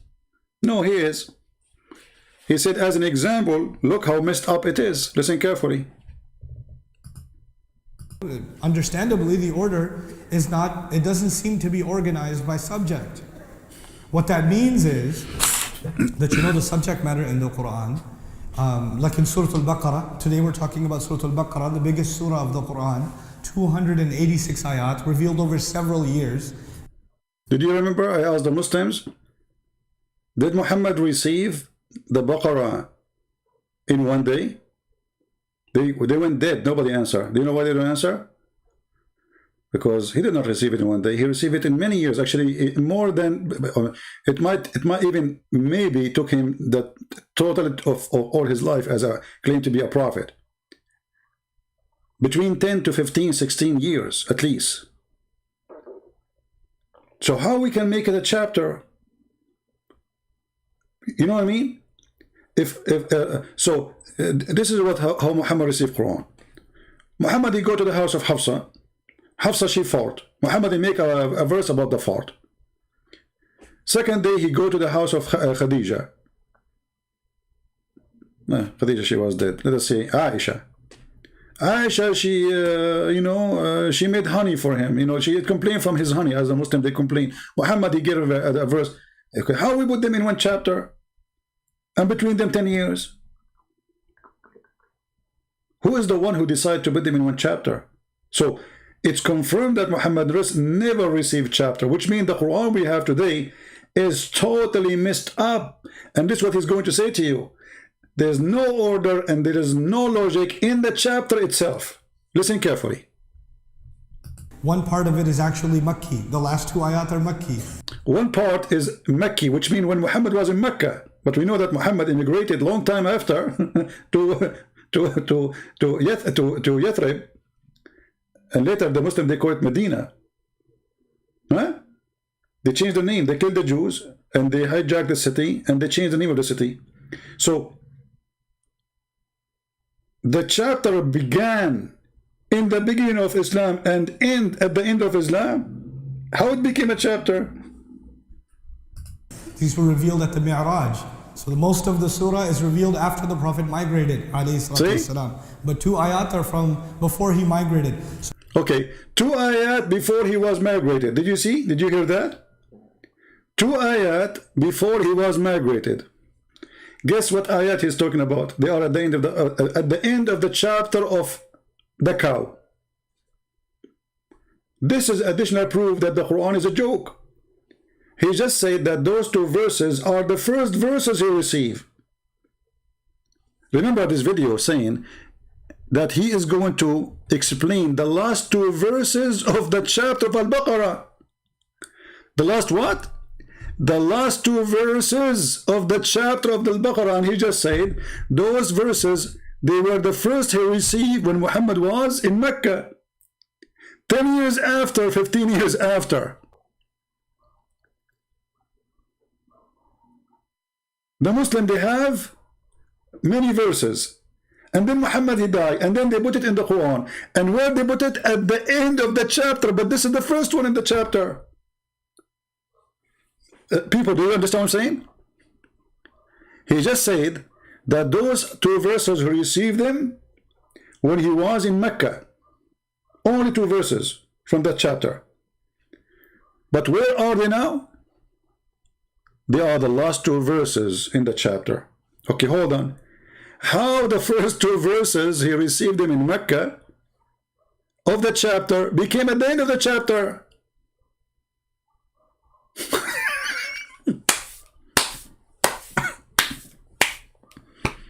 Is that a joke? Are we listening, people? Do you understand what I'm saying? So let us say, for the sake of argument, Allah, he gave Muhammad The chapter of the cow. You know, cow. Okay. Those two verses are the first two verses in that chapter Muhammad received. Wonderful. Where are they right now? In the last two verses of the Quran. Are you with me, Muslims? How such a stupid thing happened? How the first two verses became at the end?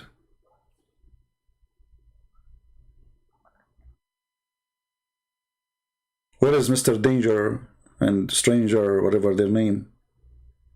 Are you there? If Allah gave it to you in an order that this is the first two verses, how they became at the end of the chapter?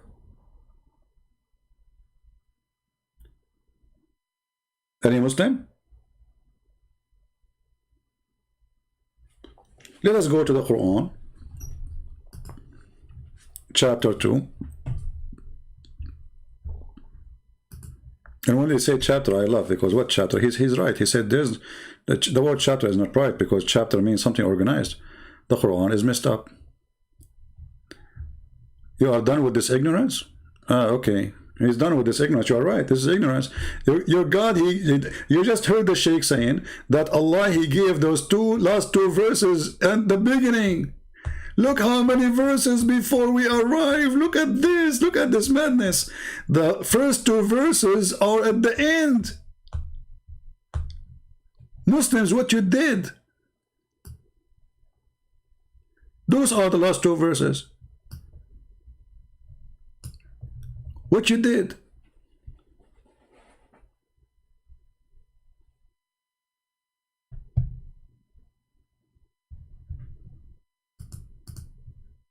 Who allowed you to change the words of Allah and to change the location? Isn't it the Quran says that those who change the location of the word of Allah, Allah curse them? Huh?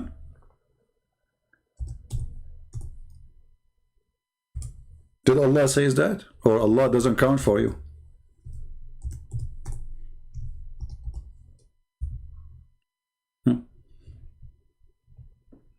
Chapter 5 verse 13. They changed the location of the words. Chapter 5:41. The Quran says that clearly. You don't change the location of the words from their places. This is kufr.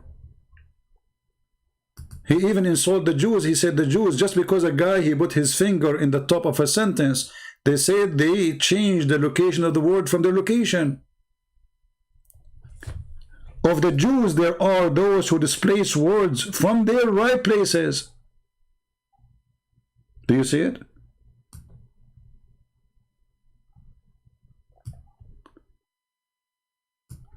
So the bad ones, according to the Quran, is the one who changed the words from their places. And we just heard, and we just saw the title of the video, that the last two verses in the chapter of the cow, they were the first two verses in that chapter. So who is the one who changed the location? And the funny, the Muslim, they keep saying he's lying. And by the way, all of you Muslims, sadly, you are so brave to say I'm lying by making videos, but you don't dare to call me. Get me busted. I mean, do you notice how brave they are? Why you don't get me busted? If somebody like this guy who called me, he want to share his condolence for Muhammad's death and his thing, he was able to call me, you can call me. Any one of you can call. How come you can refute me in a videos, making videos, speaking to yourself? You are heroes.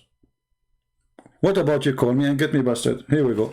I have a video of this guy. He is the one who said the first two verses Allah gave to Muhammad is the last two verses in the chapter of the cow. It's not even me saying that. I'm not the one saying that. And the Quran condemned those who change the location of verses. And then we find out that the whole Quran is misplaced. All the Quran, not only 2 verses.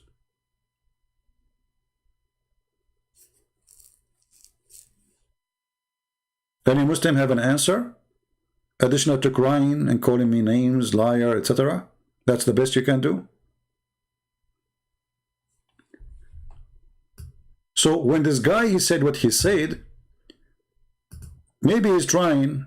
Oh, this is our friend Yasser Qadi. I like this guy. Actually, I wanted to make him an admin, but he didn't come to my chat, you know. Hold on, Yasser Qadi.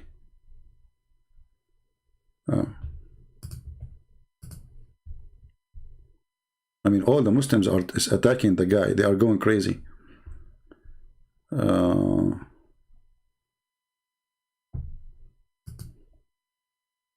أحرف القراءات cannot answer some of these pressing questions that are now being poked. And it's very clear to you and to every single... Hold on. It's not clear to them. What are you talking about? That's why they are calling you names, making fun of you. They are kafir. They are warning people about listening to you.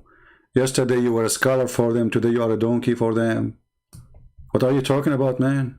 Clear for them? أحرف القراءات cannot answer some of these pressing questions that are now being poked. And it's very clear to you and to every single very advanced student and specialist that the standard narrative has holes in it. That's what I'm going to... You know, my English is not good, so I was like wondering what holes mean. Okay, the standard narrative of Islam has holes. Where is those holes located? Any Muslim can tell us what this guy is talking about? So when your sheikh, they say there's a problem, you say the Christian says that. Lying. Well, the Christian, they say that for sure. They say, not the Christian, not only they say a problem, they say the Quran is a joke. Problem does not describe how silly and stupid the Quran is. But those are your sheikhs. This guy, Mimi, he used to go with him in the car. Brother, what do you think about this? What do you think about that? As if he's God. After this guy, he said what he said. The Muslim now, they spit at him. Look, go search Yasser Qadi, respond to Yasser Qadi. You will find million video made by Muslims biting him. What happened? The guy was a top-notch scholar for you. Just yesterday, a day after, he's a dog.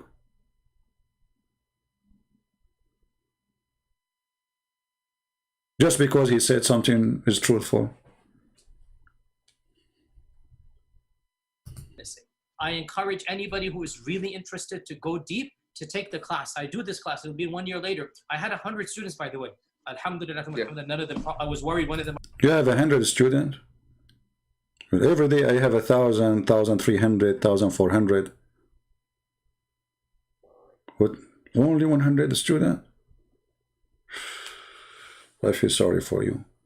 I don't even tell the student that I'm coming live, and they come to, you know, and they bring their like popcorn, and you know, because we have an open classroom. Hey student, do you like your teacher? What do you think about this teacher? Be honest with me. Have you ever seen a teacher like this? Me myself, I never did. Holes in the hadith he is talking about. Okay, hold on, guys. This guy, he tried to fix it. He just poked the eyes of Muhammad. Hold on. I love it when the Muslim, by the way, try to okay, hold on. You know, Ahl Sunnah, why you don't call me my friend? Honestly, I will speak to you nicely. I promise, in front of everybody. As long as you are nice, I will speak to you nice. I promise. As long as you don't use bad language, you know, I will not, you know, humiliate you. Is that fair, guys? Call me, my friend, call me. It's let people see your opinion. Ahlul Sunnah saying, Christian Prince, holes in the hadith he is talking about. He mean there are hadith which cannot be relied upon. Well, is that true? Read carefully, my friend, listen carefully. He said the standard narrative. He did not even mention the word hadith. And then he mentioned the story of Ahraf.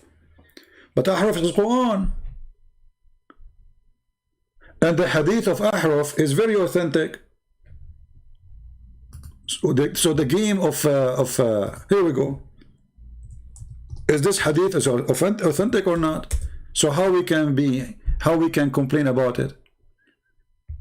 Is that sahih? This is sahih, Muslim. This is sahih.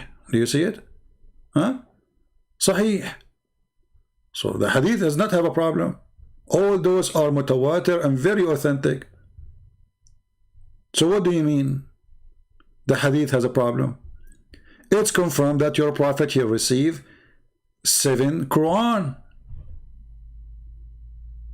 What he's saying is that studying the study about those 7 Quran is a garbage. Will make you suspect that Muhammad is a prophet. Listen carefully. He even said that the most trustworthy, the master of the Quran himself, he have a doubt about Islam. Listen carefully. Might problematize. Oh, this is a video of, I thought this is a video of Yasir Qadhi, sorry. Okay. Where is Yasir Qadhi video? Hold on. We don't want it to be mixed with other people videos.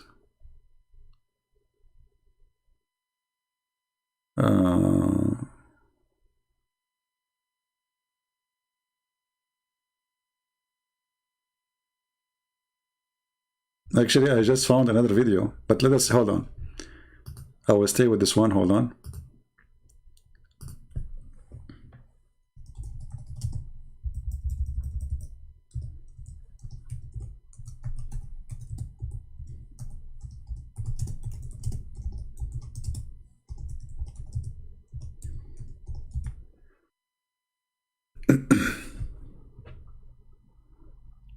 Okay.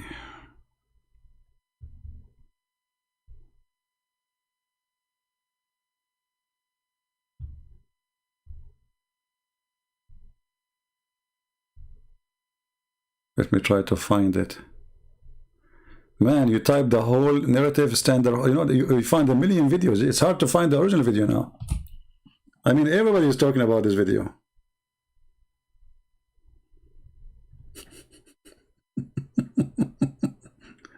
Including this funny guy. Assalamu alaikum wa rahmatullahi wa barakatuh. And look, they are using Yasir Qadhi now for advertising. To donate, brother. You know, make donation, brother. Trust me, nobody will donate because of him now. His days is over. All right. Skip ads. Okay. Okay, hold on. Is back. The purpose of this library chat is to basically expose what I consider to be the very evil tactics of this group of people, and to also issue a very public clarification. So what's happened is Yasir Qadhi, as you may be familiar, made another video. It was a reply to Jay Smith, David Wood, and a few people who have been really going at Yasir Qadhi for the holes in the narrative. The issue of ahruf and preservation and qira'at and relation. Did you hear the word preservation? Did you hear the word preservation of the qira'at? Why you are lying, Ahlul Sunnah? Did he say, guys, the preservation of the reading, the qira'at, mean the reading of the Quran, which means the recitation of the Quran? This is not about the hadith. He said the preservation. Ahlul Sunnah, shame on you, my friend. I'm really disappointed of you. I was going to make you an admin to my chat when the chat is closed. But now I cannot do that. I can't trust you no more. Even when the chat is closed. Did you hear him saying the problem of the preservation of the qira'at, not the hadith? What is the qira'at? The recitation of the Quran. I cannot make you an admin now. But anyway, I think I have still one open in the chicken room outside in the backyard. I have chickens. The city allowed me to grow chickens. As long as they say Allah Takbir, Allahu Akbar every morning. Why you lie? I mean, the guy video is there. And you Muslims, you try to cover the poo-poo. Okay, cover the poo-poo, and now you step on it because you cover it. You cannot see it. Look what happened. You cover it like a cat. It gets covered, but it's there. You cover it, you don't cover it, it is there. So you try to cover it, and now we took a screenshot, not snapshot. I mean, my English is very funny. By the way, Oxford University, they contact me to teach English, honestly. And I told them, you know, I don't know, like, I'm busy really. And because they said to me, your English is unique, like the reading of the Quran. I said, what do you mean? The professor, by the way, is very famous. His name is Shakespeare. Yeah, he did not die. He's still alive. You know, Allah, he took him up to heaven. Yeah, and now he's to contact me. So he said, because your English is unique. I said, well, explain what are you saying? He said, your English have holes in the narrative. This is a new line of English. And they want me to come and teach in the university. Which name I said? Like the same prophet. You know, the prophet did not know how to repeat the lie twice. Did I say Uniford University or Oxford? I mean, it ended with Ford, you know, Ford cars for something, you know. Anyway, so, you know, he told me Shakespeare. And by the way, Shakespeare is an Arab. That's why his real name is Shakespeare. I'm telling you. It's true. He's an Arab. He's an Arab. He's a Muslim. Shakespeare. Okay? So he said, your English have holes in the narrative. And, you know, we want you to teach it to the British Italian Brazil, you know, in Honolulu. I said, okay, well, but where I'm going to teach it? He said to me, I just told you, like a British Italian Brazil in Honolulu. And since then, I'm looking for the location, by the way. I could not figure out which way, you know, but because the letter I received from Jibril, it's lost. You know, the goat ate it. Aisha said so. When Christian Prince he died, and we preoccupied with his death, the goat, she came to his bedroom, and she ate the paper, which I received from Shakespeare. It's a true story. So, look at this guy. Look at this joker. He is talking about that so-called hadith, sahih hadith, not sahih after all. He's talking about the preservation of the reading. Why you lie? The preservation of the Quran. You said he did not say that. Stop lying. Don't change the topic. Can you do me a favor, please? Open Bukhari 249. Okay, I will do it. Okay, guys. In a second, I open it. He will say, I don't want it. This is what they do. You know, you Muslim, you practice a Scooby-Doo tactic with me. I'm telling you. You say to me, read this thing, and then we'll go read it, and then you will say to me, I don't want it, you know? Okay. I mean, why you do that to your prophet? Look, guys, what he gave me. He gave me a hadith. I was going to quote myself to prove to you that Muhammad is a fraud. Muslims, Christians, did I say to you, you remember, maybe 15 minutes ago, 20 minutes ago, I said Muhammad, he cannot repeat the same chapter twice correctly? Did I say that? You heard me, right? So Muhammad, he said a week before or a day before, and then a day after or a week after, he said it differently. And then when the Muslims, they ask him, but you said it differently. He claimed that Allah, he sent it to him in 7 ways. And now our friend here, he is the one. Be my witness. Be my witness. Let me take a screenshot. Hold on. Sunnah, I should charge you, by the way. You make my computer screen is full, man. Thank God that you are a guy, you know? I mean, if I'm married and my wife, she come to the screen and she see, let us say your name is Susi Sunnah. She will say, who is Sisi Susu? She will think like, okay, you know, I'm collecting your messages. But, so let us see. This is you saying what you said. In a minute from now, you will regret. And you will say to yourself, who is the fool who told him to put it in the screen? Do you want to make a challenge, Ahlul Sunnah? Hey people, do you want to make a challenge that this guy will regret in less than 60 seconds that he challenged me to put it and he asked me to do him a favor? Can you believe it? My friend, I should pay you for saying that to me. Let us get the hadith. And now he will cry and he will say, I don't mean it. I don't mean it. Okay. You just proved my point. This is the hadith you asked me for. This is Al-Bukhari. And this is the proof that Muhammad is a fraud. And let us study it.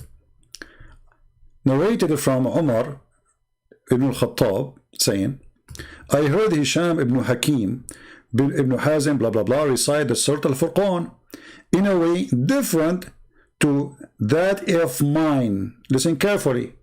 So he heard the guy, he's a Muslim guy, both of them are Muslims. He heard the guy reciting the same verses of the Quran, but he said different words from the one he knew. Allah Messenger had taught it to me. So the guy is sure that this is how he learned it. In different way. Be careful. Different way. So I was about to quarrel with him. Almost want to kill him during the prayer. But I waited till he finished, and then I tied his garment around his neck. He took him like a dog and seized him by it and brought him to Allah Messenger. That's wonderful. And I said, saying to Muhammad, I have heard him reciting Surah Al-Furqan in a way different to the way you taught me.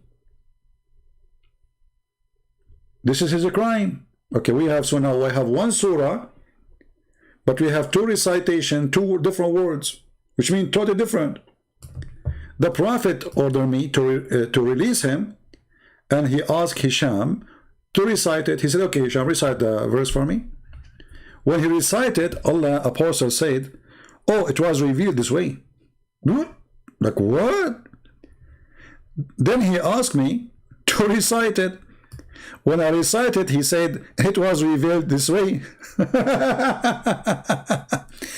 And now he just remembered to tell them, the Quran has been revealed to me in 7 different ways. Do you see it? When he got busted, shouldn't Muhammad, he says to them, hey guys, Allah today told me, I will give you 7 Quran. Muhammad never mentioned that he received 7 Quran until now. So he was receiving 7 Quran in different way, and he was not telling the Muslims such an important thing. And how they got him busted? 2 Muslims are fighting over the same chapter, let us say. He said words is not there. He's adding words, taking words off. He took him to Muhammad. Muhammad, he knew that he said this to that, and he said this to that. So he cannot deny it. How he can solve it? He decided to say that he received 7 Quran. Right? Okay, hold on. Guys.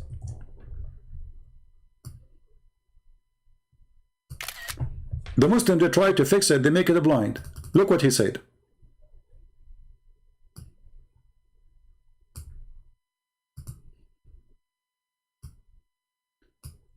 Now this is hadith, say that Umar was not aware of the 7 ahruf. Abdul, what about the other guy? Because the other guy, he says to him, you know, if he knew, if Umar is the only one who do not know, Umar is the most close friend to Muhammad.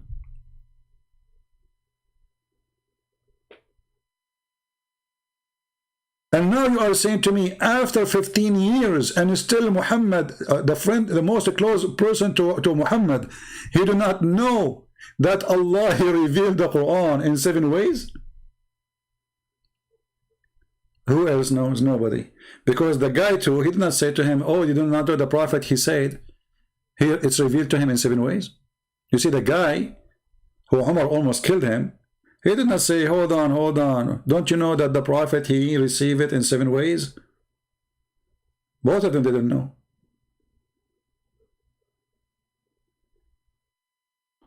So when you try to fix it, You make it blind. And look at this guy. Jundullah, he's saying, this is 7 recitation, not 7 Quran. I love the Muslims. They are, you know, amazing. Oh boy. Genius. This is 7 reading, not 7 Quran. My friend, 7 reading is 7 Quran, because qira'ah is Quran. This is why the word Quran came from. Qira'ah. Qara'a, yaqra'u. By the way, it's wrong word. Quran. Qira'ah. Does it ring a bell for you, Abdul? So 7 qira'at, 7 Quran. And that's why they are fighting. They are different words. Not only different way of singing it, no. It's totally different words.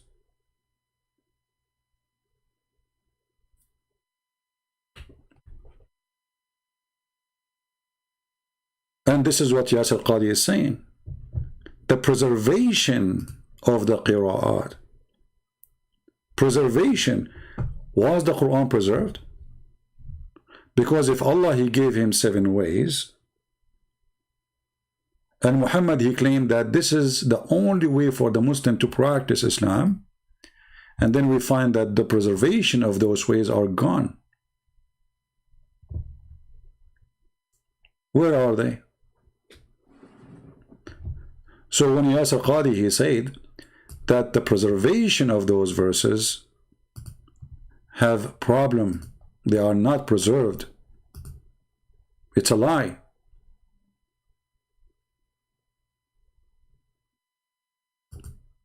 Every single student of knowledge knows, who studies Ulum al-Quran, that the most difficult topics are ahruf and qira'at.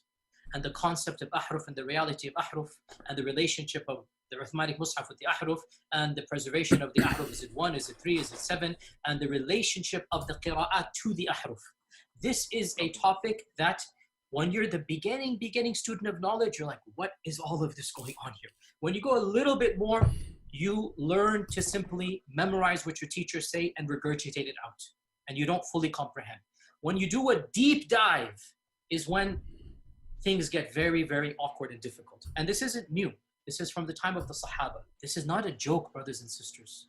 The issue of ahruf and qira'at caused confusion to somebody whom the Prophet ﷺ said, if you want to listen to the Quran directly, listen to Ubay. Ubay is not some even average Sahabi. He is the Qari of the Quran. He is the master. He is who he is. And he goes, فَدَخَلْ فِي نَفْسِي شَكْ. What is all of this stuff? Again, this is you were asking some very honest questions. It's the first time I'm saying these things. Many people are aware who listen to my lectures that I've mentioned the crises that happened to me at Yale. This was the issue.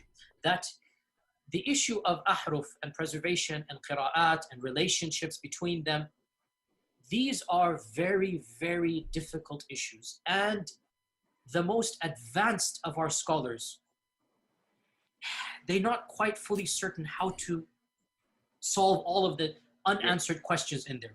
Here's the point. These issues should only be discussed among private, brother. Hey, Abdul, don't be stupid next time and ask me a question in front of everybody. Those questions should be asked only between us. Scandal, my friend, scandal. Here we go. People are laughing. Those questions should be asked only when we are in the bathroom. Amongst people who know what the qira'at are and who understand some of these questions that are being raised. So is what you're saying the shak that came, or not the shak, but the crisis that you had was in relation to this question of the relationship between the ahruf and the qira'at, basically? No. The crisis I had wasn't that. The crisis I had was, well, yeah, wait, that was what generated. But what was the crisis? The crisis was very simple. Traditional understandings of ahruf and qira'at cannot answer. Listen, Ahlul Sunnah. You said, my point that Sahih Hadith can have hiding defect. I mean, how stupid what you are saying. How you call it Sahih, you idiot. Sorry to say the word idiot to you. How you call it Sahih and you say defect? I mean, do you see the stupidity? Yesterday they used to play the game of week. Week is a week. This is week. Okay, now the Sahih Hadith is defect. Do you see it?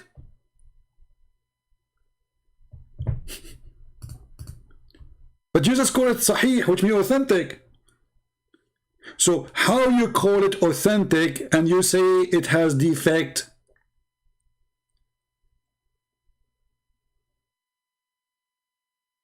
Is it authentic and defect in the same time?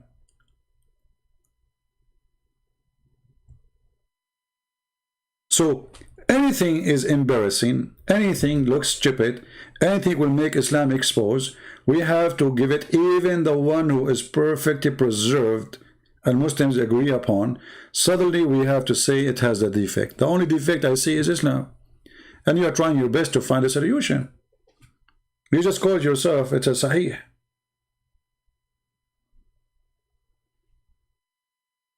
Okay, let us make a challenge for you. In front of everybody. Did your God Allah give a verse about breastfeeding for adult? Yes or no? I'm waiting for your answer.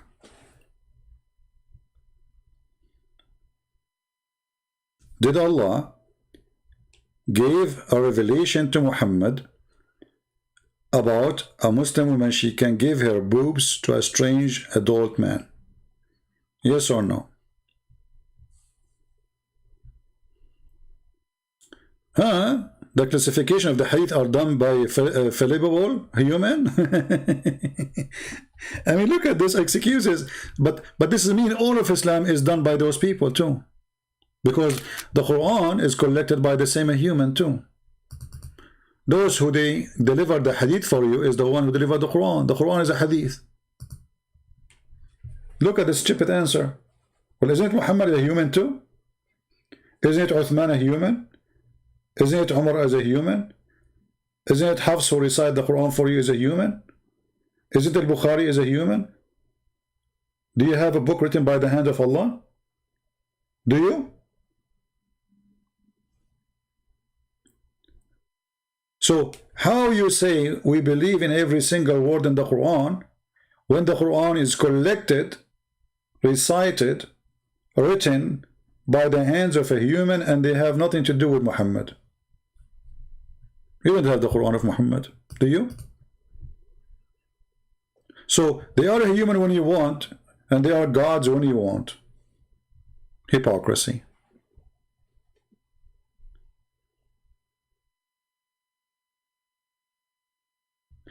Abu Jahl. You are calling me Abu Jahl? Okay, let me open Paltalk for you. As long as you are calling me Abu Jahl, that means you are really educated.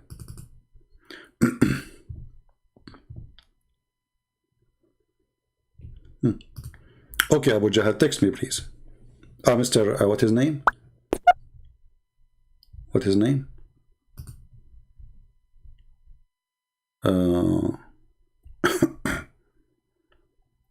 Isa. Text me, my friend, text me. I'm so excited that you will call me. I cannot express to you, really, how happy I am.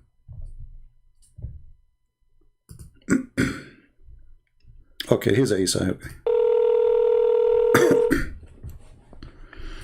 I hope it's not the same guy who... You know, I'm going to know it from memory and you're going to...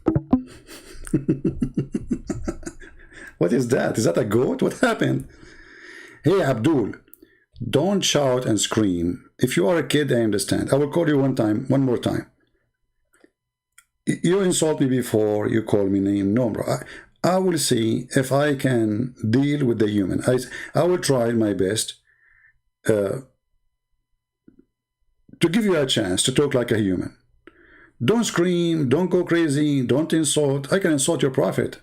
Don't bring insult to your prophet, please. If you really respect your prophet, speak with respect. So you don't force me to insult your prophet. So I will call you one more time. Is that fair, guys? Don't use a bad language. Don't shout, don't scream, don't call names. Otherwise, I'm warning you. I will return whatever you say to me to your prophet, not to you. Let us give you a chance.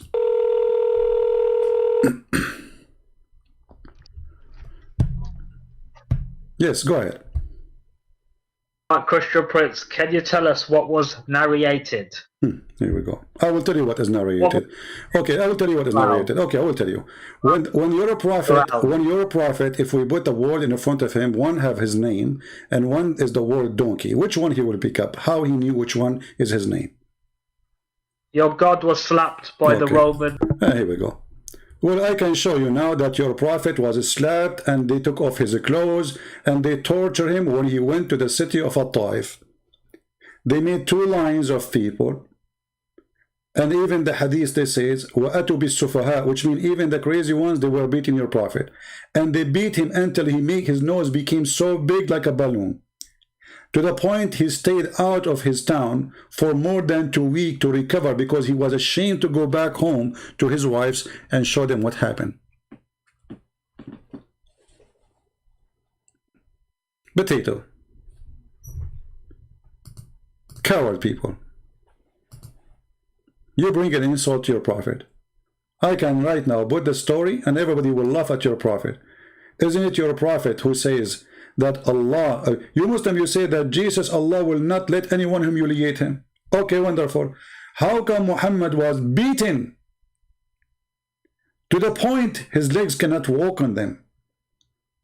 His teeth is broken.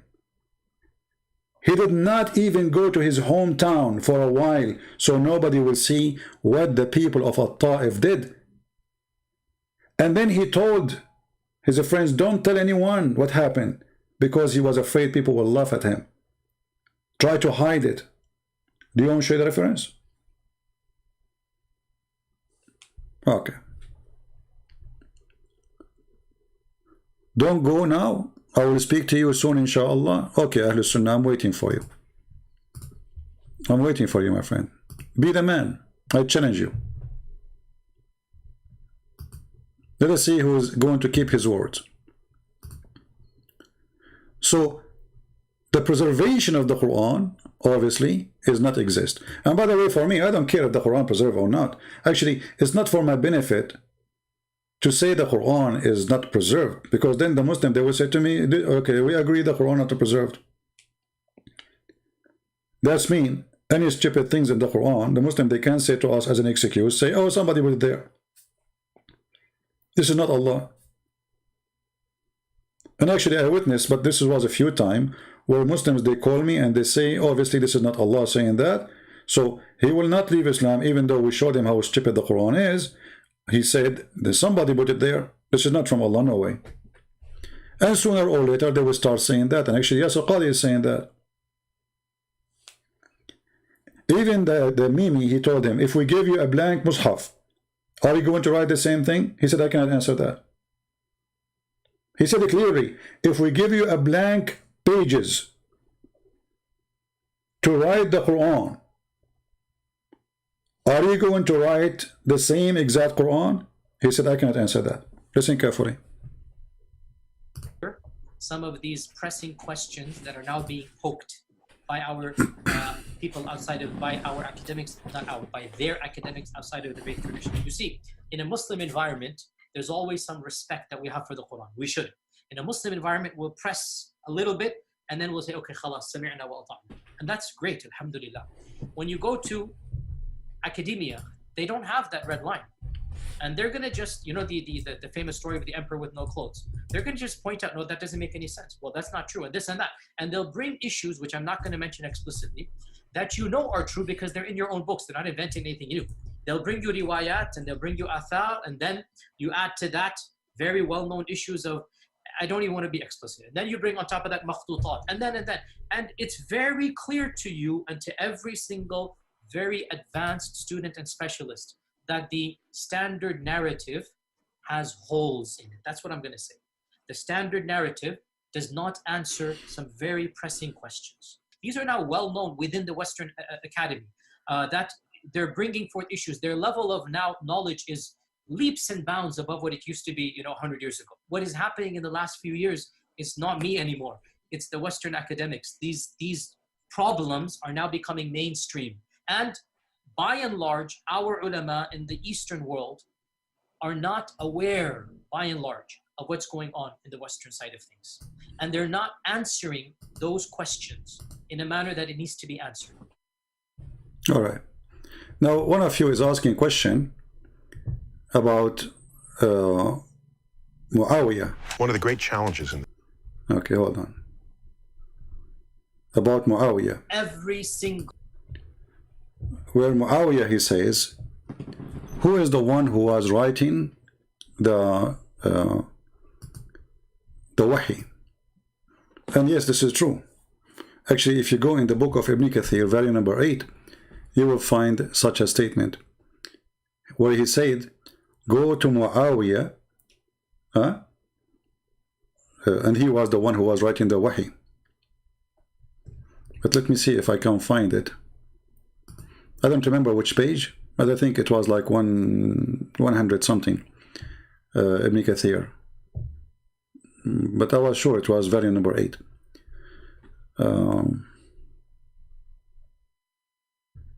Let me see.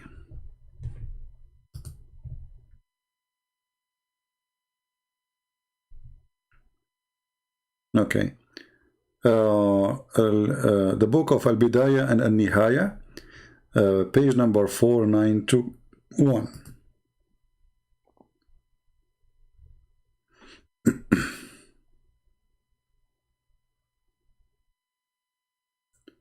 Let us see.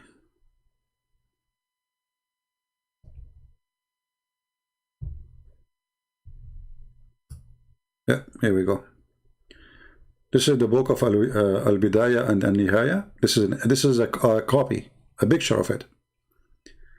Page number 645. And it says clearly, اذهب فدعي لي معاوية وكان يكتب الوحي.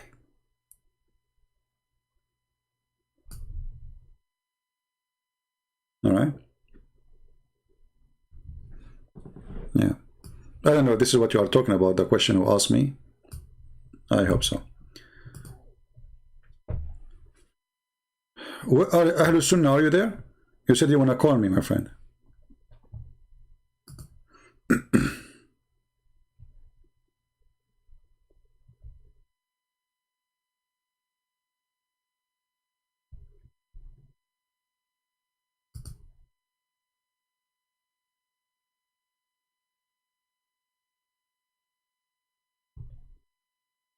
There is a Muslim lady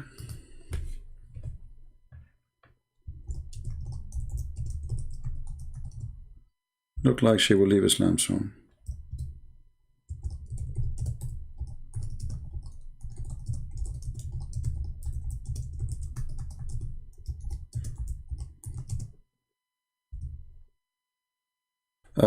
She is saying, I am confused as how Arabic speaking scholar are you okay with verse chapter 37 verse 125? I use Google translation as I don't speak Arabic, but I clearly mean the creators. So this Muslim lady, she's asking about a verse in the Quran. Actually, the creator story exists in not only in one chapter. So she's saying how the Muslim scholar can solve this problem. What is the problem? Allah, he says, he is the best of the creators. But how that can be? How someone, he is the only creator, supposedly, he say he is the best of the creators. Chapter 37, verse 125, saying that. And there is other verse in the Quran saying the same thing, which is chapter 23, verse number 14. So she is not online right now. She is sending me a message. I told her to listen to the video. I will answer you. This is additional proof that Muhammad is a fraud. Why Muhammad he have such a sentence? If you go and read the interpretation, you will find that there was a writer who is the brother of Uthman ibn Affan, Abdullah ibn Sarh. He was the inscribe of the Quran for Muhammad. So when Muhammad he said the following,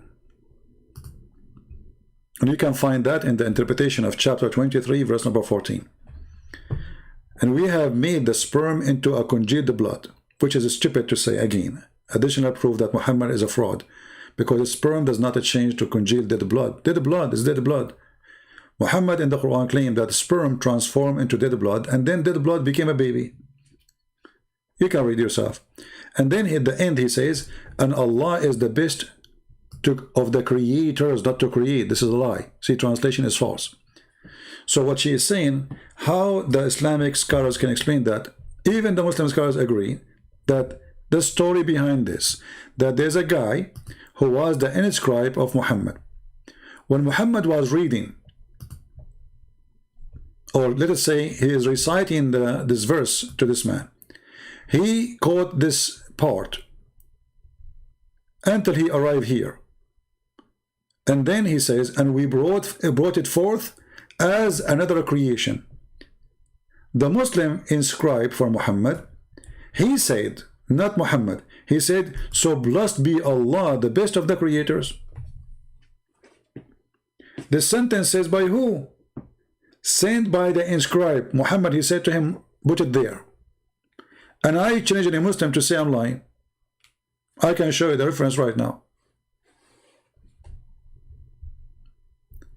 The guy, he said, even the interpretation explained that the person who was expressing how amazed he is, he liked what Muhammad said. So he said, so blessed be Allah, the best of the creators. Muhammad said to him, put it there. But the guy, he said to Muhammad, but I am the one who said that. Muhammad, he said to him, it was inspired to me too. Then the guy, he said to himself, if Muhammad was inspired and he's a prophet, well, I am inspired too. And he left Islam. And I challenge any Muslim to say I'm lying. Ahlul Sunnah, are you there?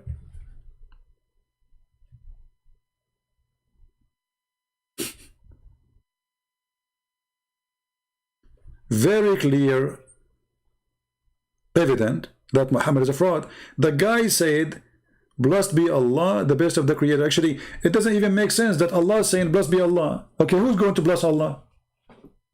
Muslims, who is the one who is going to bless Allah?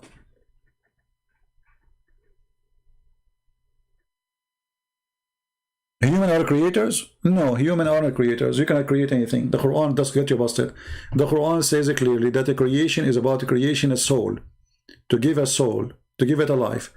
This is why the Quran says, are you going to worship somebody he cannot even worship, cannot even create a fly?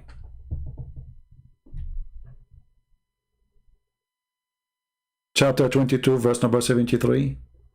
So don't go there.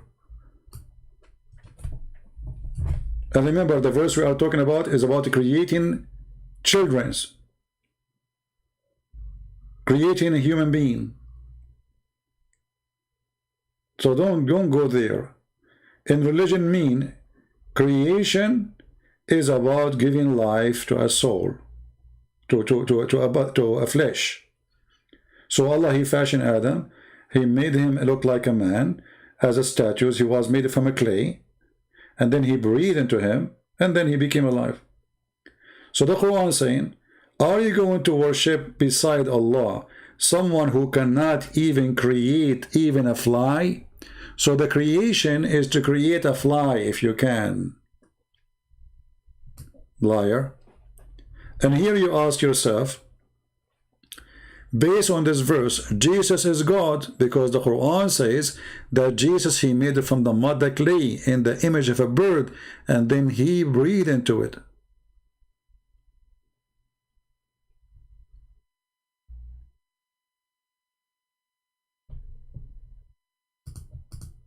So Jesus is a creator.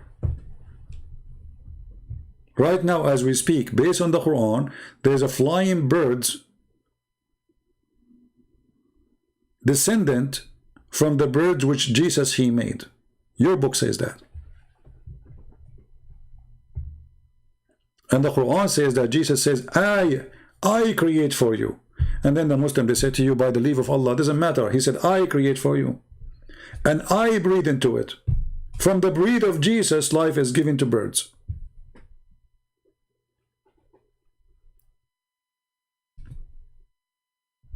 And then the other question we need to ask, why the Muslim would lie and say the guy he said that Allah is the best of the creators? Why the Muslim, they wouldn't fabricate such a thing?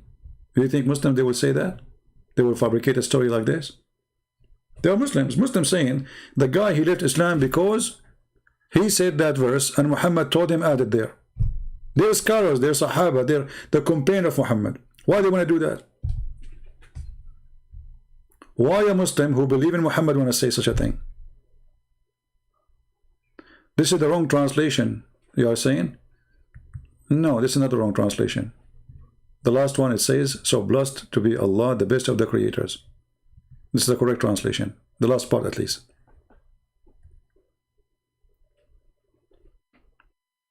The Arabic in front of me, I don't care even for translation. Translation is for the one who don't speak the language. This is my first language.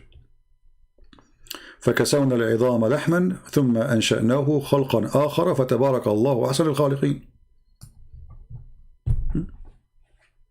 تبارك الله أحسن الخالقين. خالقين, creators, the best of the creators. And here you notice, let us say for the sake of argument, it was Allah who said that. How Allah he compare himself to be the best? Do you compare between yourself and a mosquito?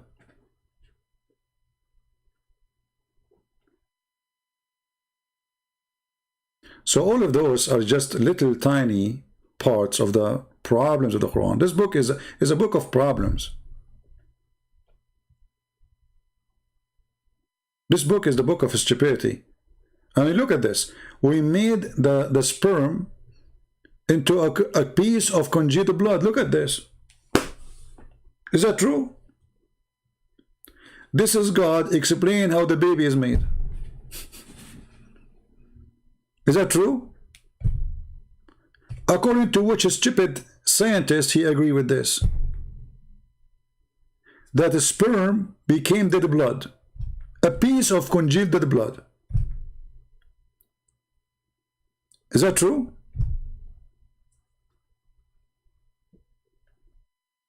What a crazy religion.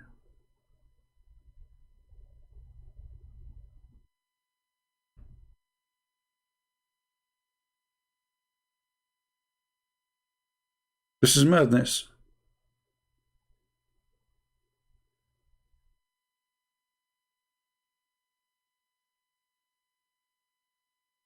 And then the Muslims, they try to find something. Muhammad, he cannot do anything. Jesus, he created from the mother bird. Jesus, he made the blind see. Jesus, he did what he did. Amazing things. Jesus is alive. Jesus himself, his birth is a miracle. He is a miracle. The Muslims, they try to find a miracle for their prophet. So what they do? If I show you, you will not believe. You will die laughing.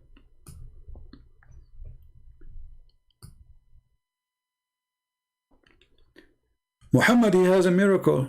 You believe it or not? Yes, he did, brother. He was able to repeat 3 letters. ALM. How the prophet can do that?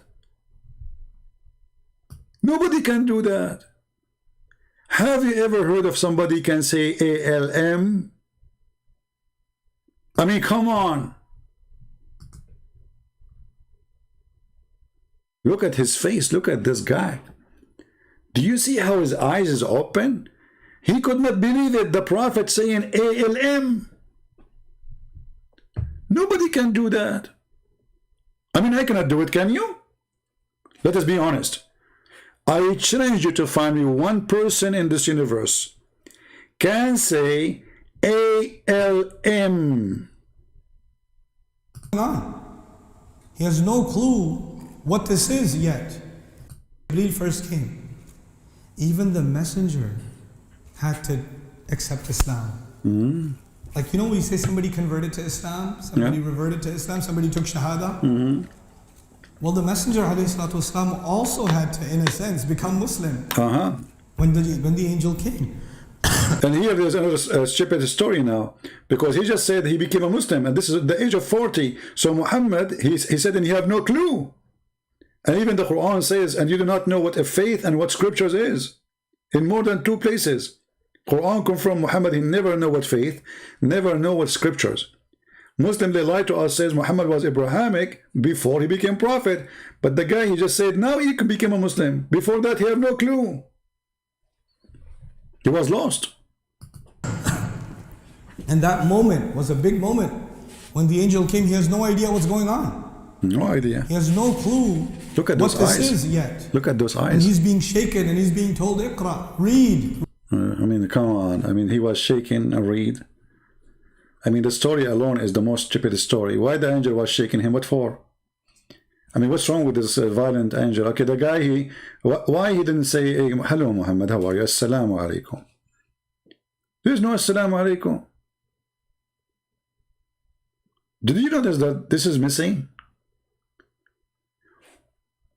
When the angels came to Mary, they said to her, Shalom to you, Mary. Blessed are you between the women. This is a prayer. We hear the Catholic repeating it, right? But this is from the Bible. This is recitation for the verses from the Bible. When the angels came to her, they said to her, Shalom to you, Mary. Okay. Why the angels, they came to Muhammad and he is extremely violent, and he didn't say to him, Shalom to you? What happened? The Muslims, they claim that this is the most important greeting in Islam. Because at the moment, Muhammad, he did not live between the Jews. He did not learn how important this Shalom. Later he adopted. So the angel came to him, he started shaking him, breaking him, squeezing him, and no more unit is coming. And he said to him, read. And here, this is another stupid thing. How the angel said to him, read, if he did not give him a book? What happened to the guy, Ahlul Sunnah? He said he will call me.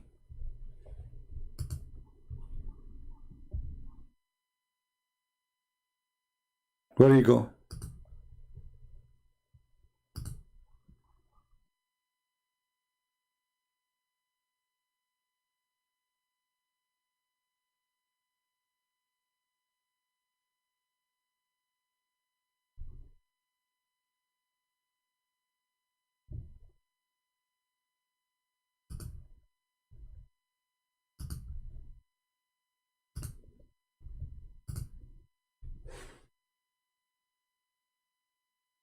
Any Muslim? What for? What is the story for? It's stupid. But now we have to show you an amazing miracle of the Prophet. Nobody can do that. We have to be honest. We Christians, we have to be honest. Muhammad is amazing. Look at this. Look what happened now. Read. He has no idea what's going on. Ma ana biqari. This is an incredible scene. And when Rasulullah ﷺ goes up to meet with Allah, Allah reminds him of that scene. Allah remind him. Muslims, Muhammad, he did meet up with Allah. Is that this guy saying something correct? Do you Muslim claim that Muhammad, he met with Allah? Are you sure? Muhammad, he met with Allah. Isn't it Aisha, she said, the one who claimed that the Prophet, he saw his Lord, is a liar? So what do you mean he met with Allah?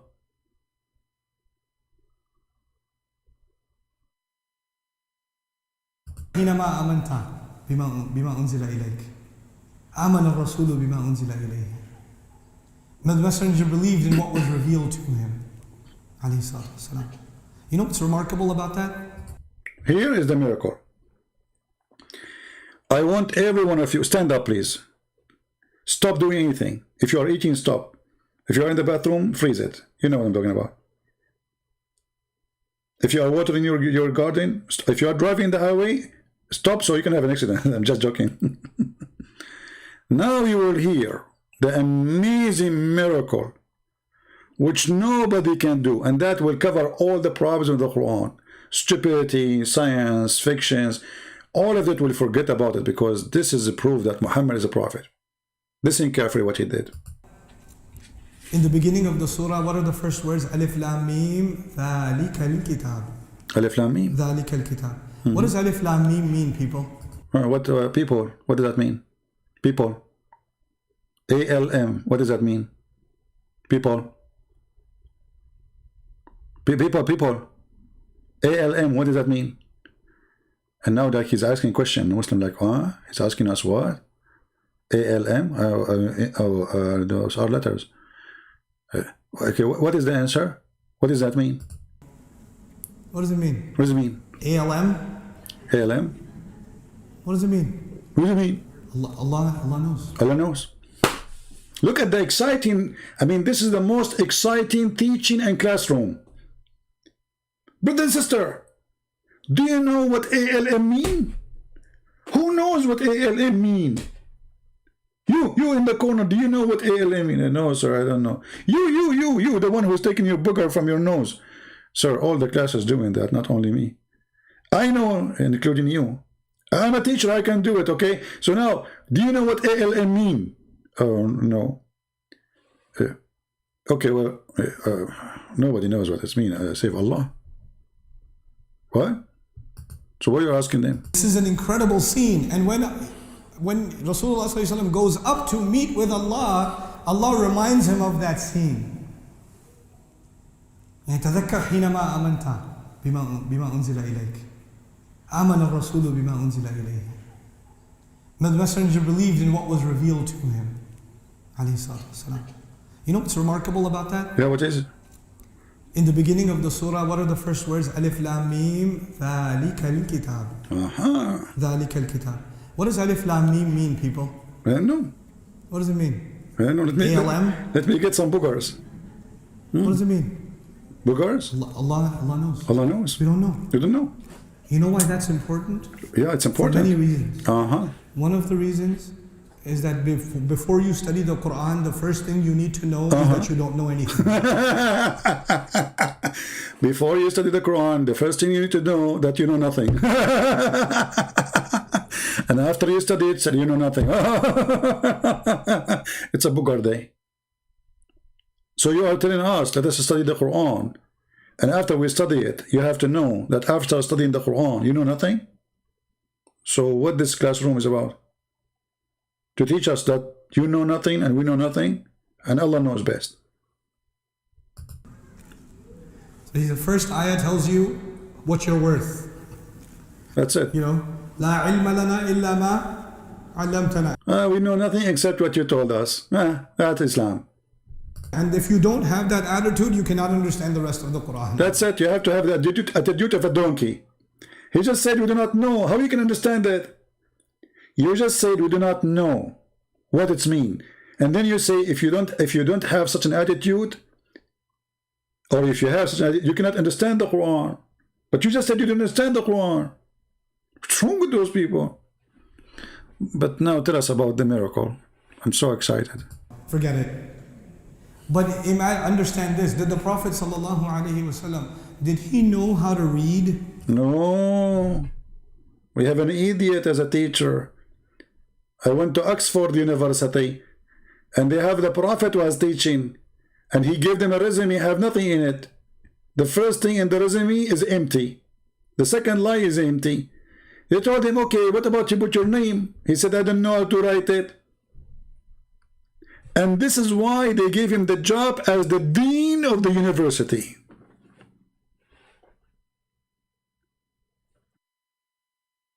If the teacher is an ignorant, what do you expect from the followers? Tell us more about the Prophet. The Prophet himself did not know how to read, how to write. In the beginning of the surah, what are the first words? Alif Lam Mim ذَلِكَ الْكِتَابِ. ذَلِكَ الْكِتَابِ. What does Alif Lam Mim mean, people? What does it mean? ALM? ALM. What does it mean? Allah knows. Allah knows. Know. Deep. That's deep. You know why that's important? Very important. For many reasons. Yeah. One of the reasons is that before you study the Quran, the first thing you need to know is that you don't know anything. So the first ayah tells you what you're worth. You know, لا علم لنا إلا ما علمتنا. And if you don't have that attitude, you cannot understand the rest of the Quran. Forget it. But understand this. Did the Prophet ﷺ, did he know how to read? No way. No. وما كنت تتلو من قبله من كتاب وما تخطه بيمينك. النبي الأمي. You know, he doesn't know how to read. Now when someone does not know how to read, the word alif doesn't make any sense.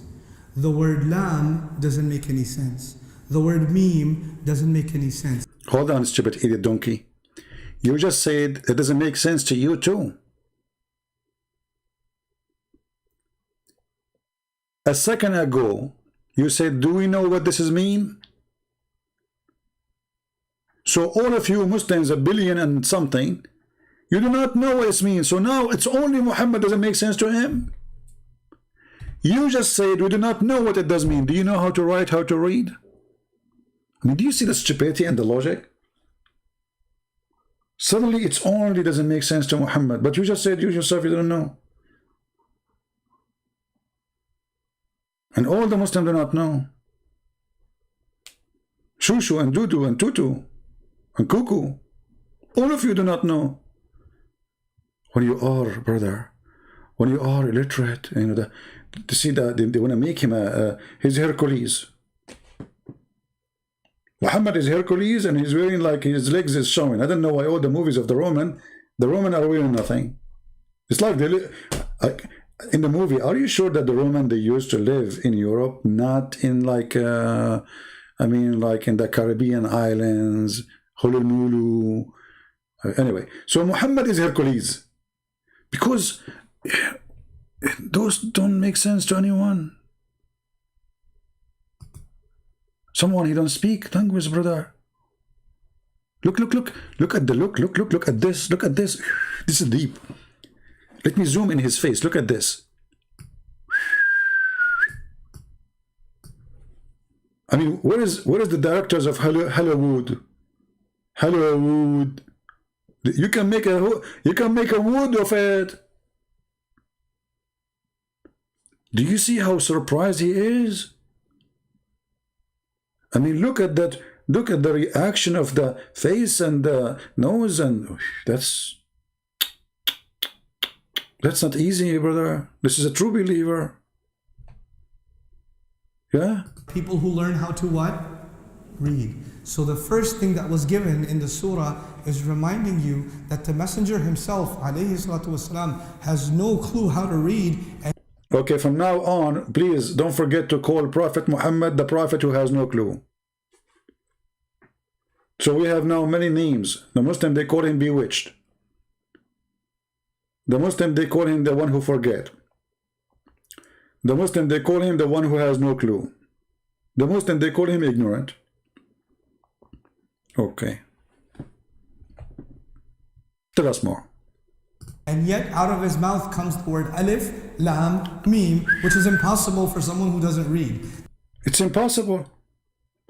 It's impossible for someone who do not know how to read to say ALM. I mean, come on, we have to be honest here. People, what's wrong with you? How many of you feel like converting to Islam now?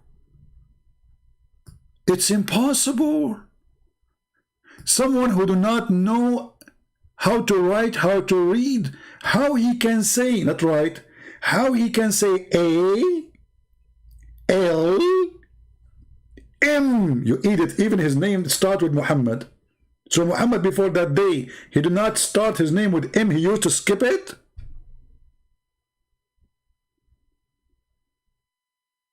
Huh? Hey Muhammad, what's your name? Sorry, I cannot say Muhammad because I cannot say the letter M. Later I will be able to see it. It was a miracle. It's a letter. It's a letter in the Arabic language. It's a letter you can say. Someone who cannot read and write, he cannot say ALM. Well, all those who you speak to them in the stage, in the meeting, they don't speak Arabic too. So they are illiterate, you know. So how they can say ALM? Even a bird, his name is Mr. Parrot, what they call him. He can say ALM, he must be a prophet. Brother and sister, we just discovered that Mr. Parrot is a prophet because he can say, and he do not know how to write, how to read. He's not even a human. How he can do that? This is only a prophet of God can do that. We have to be honest. From now on, if especially if you live in Malaysia or in Indonesia, I mean, you have those birds all over. Those are prophets. Because how they can say, get the bird and tell him A, he will say A, L, L, M, M. Subhanallah. He must be inspired by Allah, because he too do not know how to write, how to read. How he can repeat this? This is, we have to be honest, this is impossible. This is beyond impossible. And if you don't have that attitude, you cannot understand the rest of the Quran. Forget it. But understand this, did the Prophet ﷺ, did he know how to read? No. Shake your head, shake your head. Shake. Yeah. You know, tell us more. He doesn't know how to read. You don't know. Now, when someone does not know how to read, the word alif doesn't make any sense. Doesn't make any sense. The word lam doesn't make any sense. Doesn't make any sense. The word meme doesn't make any sense.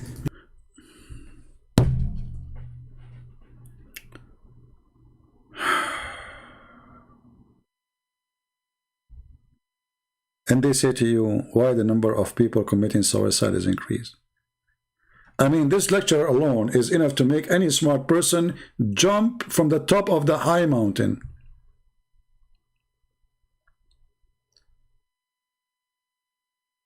Letter A, for someone to not know how to read, does not make sense. It's a letter, you idiot. What's wrong with you? It doesn't make sense. I mean, it's a letter. I mean, since when a letter alone will make sense? I mean, who is the stupid here? Let me jump. I want to jump. Let me open the window. Hold on. Yeah, I'm going. You know, I cannot take it no more. Okay, no, don't hold me. No, please. I'm jumping. Just leave. I was going to jump, but Jibreel, he's just in front of my window. He put his foot in front of me. He said, "You cannot." You know, I hear him. I hear him. By the way, you know, honestly, I hear him. I know that most of you don't believe me, but I'm telling you, I hear him. He just gave me inspiration, you know. Yeah, I heard like a sound, you know, like the prophet, the same as the prophet he used to receive, you know, he received a sound of a bell. So like he gave me a, you know, a Quran. I mean, even, okay, the Quran, he do not know what ALM mean. But Muhammad, he said he received Quran in the sound of a bell. So how the sound of the bell became ALM in Arabic? Any Muslim can help us? If we go in the hadith, it says the following.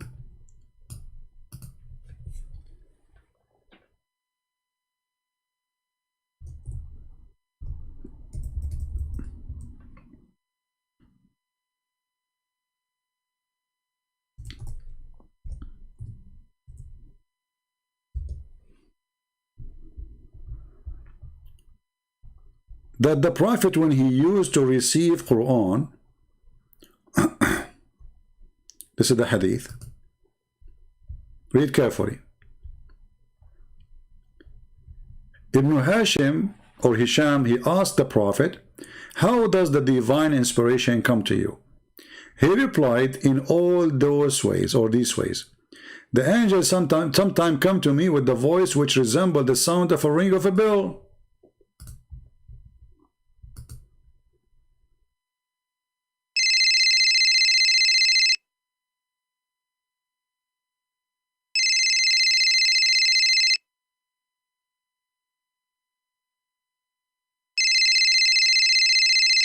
Muslims, Muhammad now he received Quran as a sound of a bell, and for sure he received many verses and many chapters, and for sure Allah he changed the tone each time he called him, you know, like this is different chapter, you know, depend in the chapter the ring will be different because different language, you know?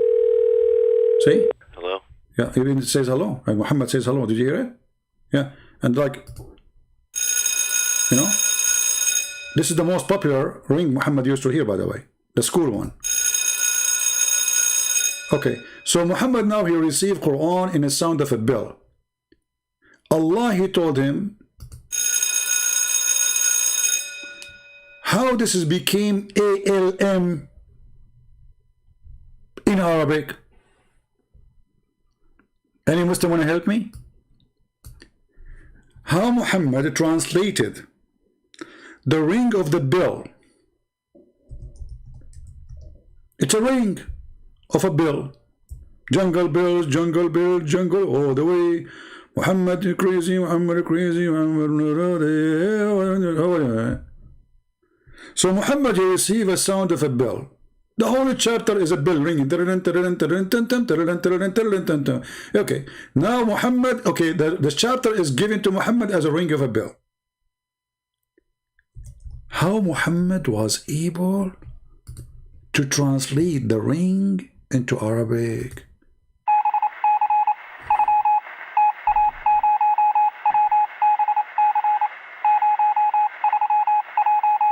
That's astonishing, brother. We just discovered that more signals was exist by Prophet Muhammad and Allah. He gave him a ring. He go to his room and he start like, okay, now we will translate.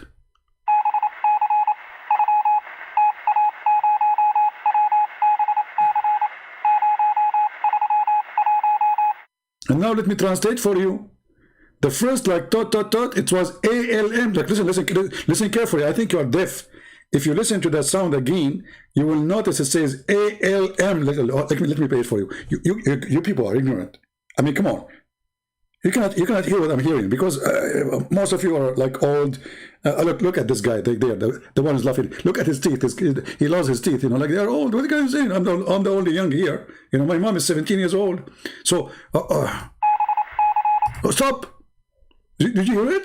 Look. Again.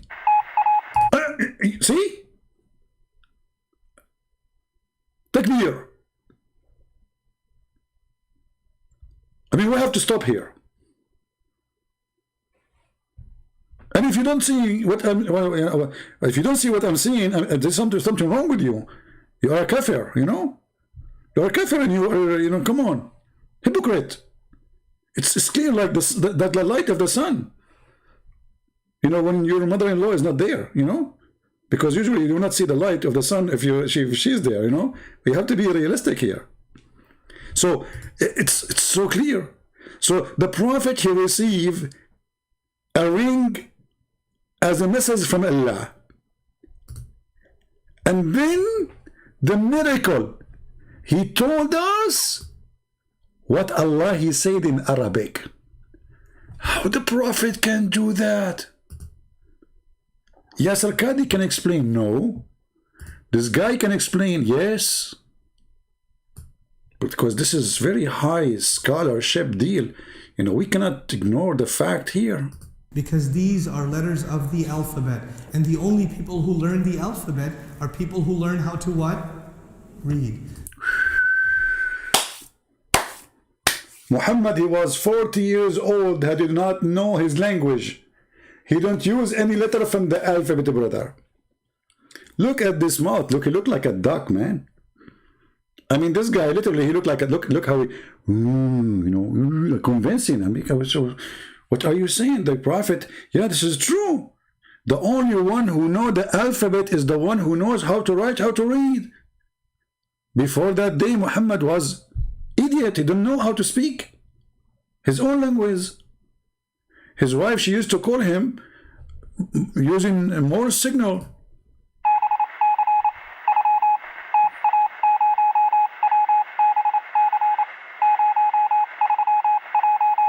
Okay, this translation, Khadija, she was saying to him, did you wash the dishes, idiot? I mean, all those Muslims are listening to this donkey. Nobody says to him, come on, man, what are you talking about? I mean, come on. Okay, we are Muslims, we believe Muhammad is a great man, blah, blah, blah, blah. But this is, are you making a mockery of him? This is a mockery. The guy is 40 years old. He grew up in between the Arab, and he was speaking Arabic. And now you are saying to us that how the Prophet can say ALM, and the only one who can say it is the one who know how to write, how to read.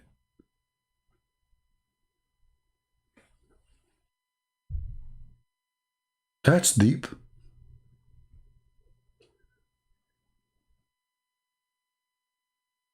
Man.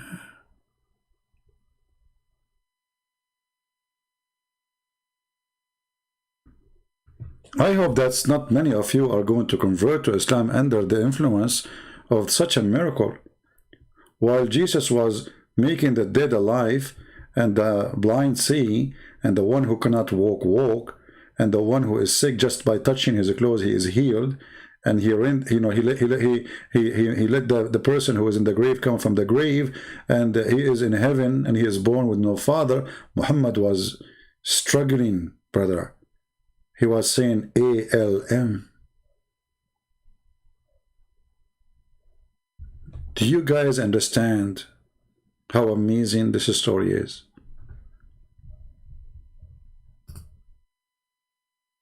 For how long we can ignore this amazing prophet? Imagine you have a child, and he is like 8 months old. You say to him, A? He say, A? Like, how many kids they say, Baba? They don't know how to write, how to read.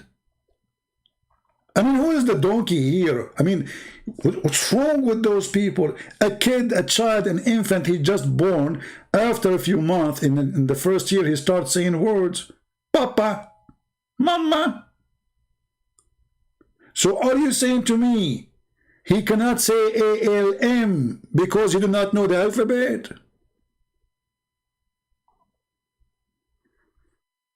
Have you read?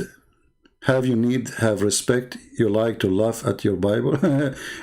Habib, you know, Muslims, you insult us. You say the Bible is corrupt. You insult Jesus. You make fun of us. You call us pigs. You call us monkeys. The Quran calls us kuffar, najis, filthy. We are worse of an animal. And you are talking about respect? Look who's talking. Isn't it your prophet? He says the one. Did you see the Egyptian in Egypt, the Muslims? They are moving the what they call it, the mummies, and they make a big celebration. According to your prophet, all those Muslims, Egyptian, we should say to them, go and bite the penis of your father. Do you want to show you the hadith? Your prophet said, the one who is proud about his inheritance before Islam, say to him, go and bite the penis of your father. And you are talking about speaking with respect. Look who is talking. Seriously, I find that the Muslims playing victims are the most amazing hypocrite ever. Not only you make fun of us, you insult us, you kill us. Just last week, you attack a church in Indonesia. Just today, you attack a church in Nigeria. Just today, you attack a church in Guinea. And you're talking about insult. So when we expose the stupidity of your prophet, you get upset. But you call us pigs, monkeys, filthy, najis. You have a sign in the highway say, no Jews, no Christians, Muslims only. And the Muslim, they say to you, do you know what the white man was doing in South Africa? They have a buses only for the white people. Hypocrite liars. Disgusting religion. They play victims when you expose their cult. Muslims only. They say to you they are discriminating the Muslims in China, which is a lie.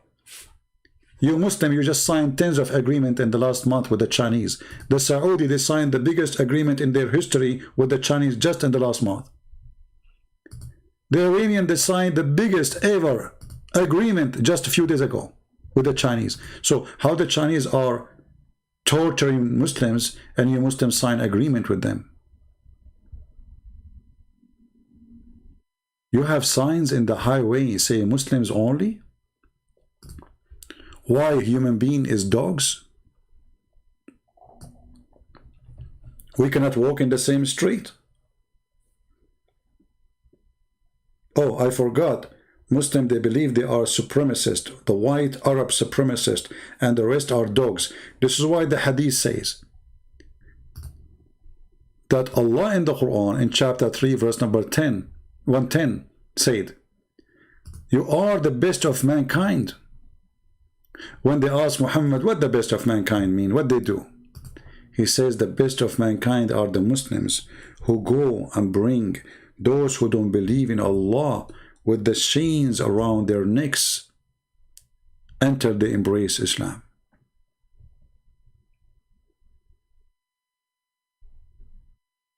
Can you believe it? Those people, they put in chains around their necks for the last 14 years, 14 centuries, and they are talking about respect. And the Quran says, fight them, kill them until they pay the jizya with humiliation and being subdued. And then a Muslim, he play a victim. This is the religion of the devil. They kill you and they go in your funeral. Literally. Now going back to our topic, he's trying to take us away. Hiding Rose, you to Rift Islam today? I'm so happy for you.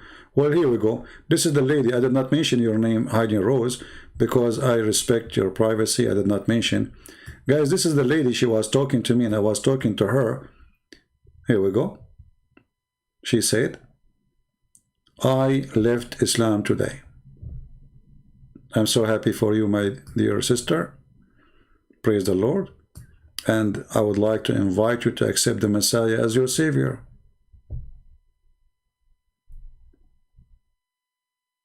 I invite you to accept the Messiah as your Savior. Let me know, what do you think? I will be happy. If you like to call me, I will be happy to take your call. All right?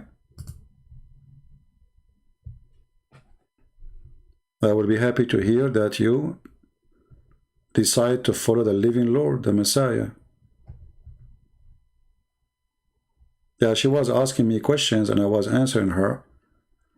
And now she decided to leave the cult of Islam. I'm so happy for you. But if you like to call me, just let me know. You know, it's up to you. Maybe you don't like to use a voice. It's up to you. Anyway. By the way, do you remember the guy who left Islam and his, I spoke to him and his sister, remember? I told him to accept Jesus, and then he was a little bit rude with me. He said, I don't want to leave the stupid Islam to follow another stupid religion. So his word was somehow rude to me. But I hold myself, I did not say to him, Christianity is not stupid, you are being stupid, because I understand, how he feels. He was really so disappointed, and he felt like he'd been beaten. He's all his life praying to this God, and now he decided to leave Islam. He contacted me. His sister, she contacted me. The two sisters, he have two sisters. They became Christians. They contacted me, and they said to me, "This is a message from him," even though they are the one who's typing it. They said, "Next week he's going to go to the church, and he's going to get baptized. He already accepted Jesus." And now he is taking a class in the church to learn about the Bible. And when he is ready, they will ask him some, Christianity, not like Islam, you say Shahada and that's it. They will ask you questions to be sure you understand your faith. And when he is ready, if it's next week or the week after, whenever he is ready, then he will go on to be baptized. So we are very happy for that person. And I hope our sister here, Rose, she will accept the Messiah. And she will leave Islam. She leave Islam soon. I mean, she left Islam already. Sorry, but she will accept the Messiah as her savior. We pray for you, Rose. So now we go back to the genius who is telling us amazing miracle. Rose, I don't know, you left Islam, but after you see this, I think you will go back to Islam. I don't know if you were watching with us for how long. The Prophet was able to say ALM, Rose. So I don't know. I mean, don't you think you are making a bad decision by leaving such a prophet who can say ALM?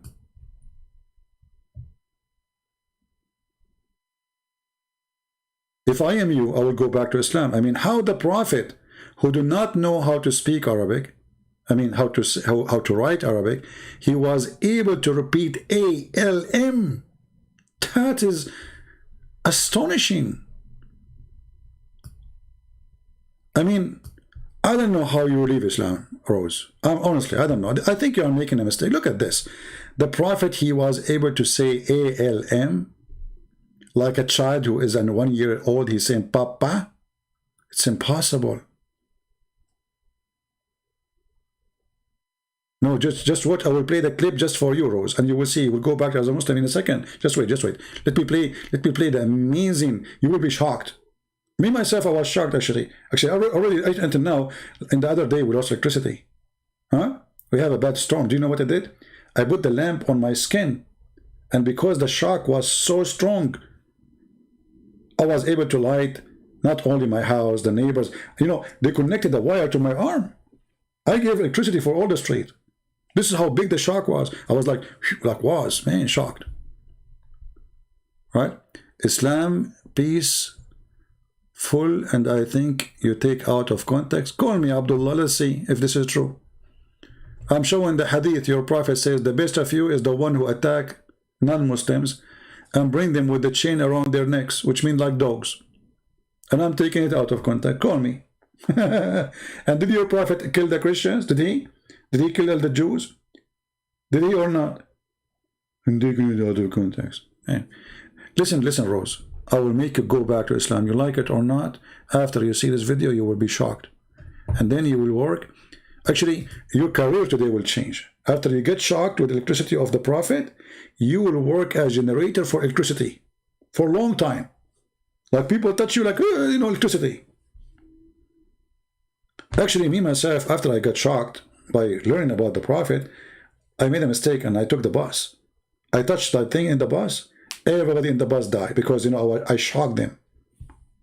I received a lot of electricity from the prophet when I got shocked. Listen to this. True story, by the way. Those are true stories. I have no witnesses for it, but it's true. If doesn't make any sense.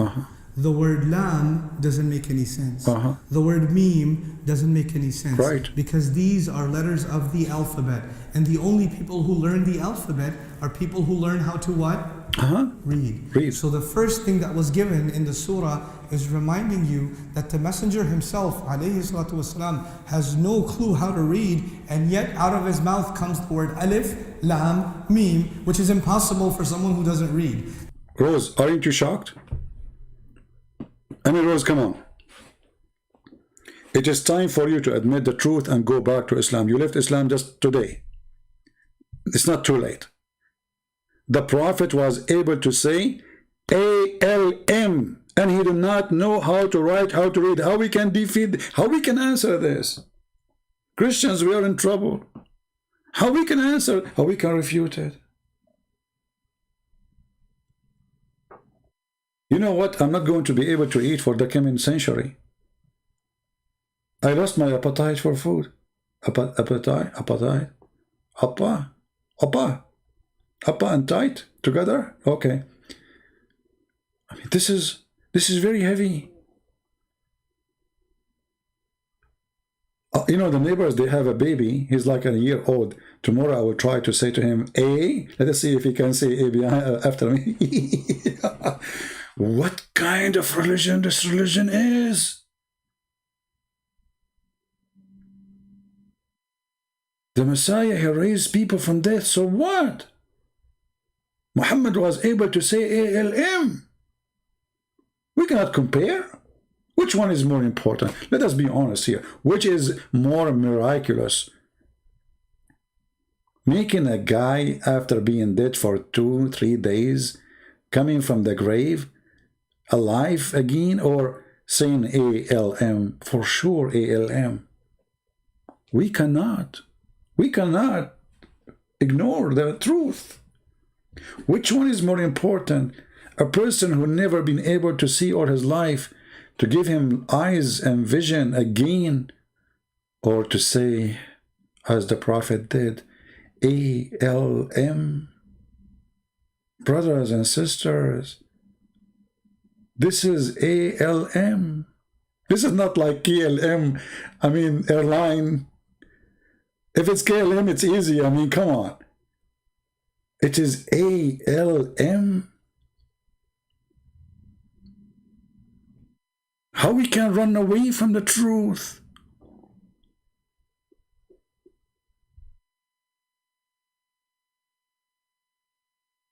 It's impossible. And look at the emotion in his face. I mean, there is something we cannot ignore here, is the emotion. The what? Emotion. I think we need to make it like in slow motion, the emotion. That's deep. وما كنت تتلو من قبله من كتاب وما تخطه بيمينك. النبي الأمي, you know, he doesn't know how to read. Now when someone does not know how to read, the word alif doesn't make any sense. The word lam doesn't make any sense. Doesn't make sense. The word meme doesn't make any sense, because these are letters of the alphabet, and the only people who learn the alphabet are people who learn how to what? Read. So the first thing that was given in the surah is reminding you that the messenger himself, alayhi salatu wasalam, has no clue how to read, and yet out of his mouth comes the word alif, lam, meme, which is impossible for someone who doesn't read. That's okay, one of you saying the only thing is missing is the echo. This is true. If you go to Islamic videos, actually there's a guy, I saw him, you know, YouTube sometimes suggests to me, because all what I do, I mean, is answering Islam. So I open my YouTube and right away you see Islamic videos. And there was a guy going live, I think he's from Pakistan or Bangladesh, something like this. And he have an echo. So he speak, I don't know, I mean, he speak Urdu, I don't know what the language really. Assalamu alaikum, alaikum, alaikum, alaikum, brothers, sisters, sisters, sister. And then he speak in Urdu. Chigan di raz do do do do la vida ga do do. Gin the ganda ga da ganda di da. Begin the min do do do do do. They love echo. If you go on Paltalk, the program I'm using for people, they call me. You go to Muslim chat room, you will say the sheikh speaking, Assalamu alaikum, alaikum, alaikum, brother and sister, sister, sister, Allahu Akbar, Akbar, Akbar, Akbar. They love the echo. So based on that, I think the Prophet, when he said A-L-L-L-M-M-M-M,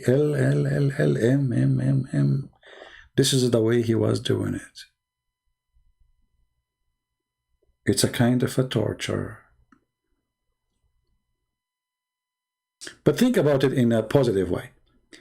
Let us say your mother-in-law, she is coming to visit you, and you want her to run away. I mean, she said she is going to stay for 1 week.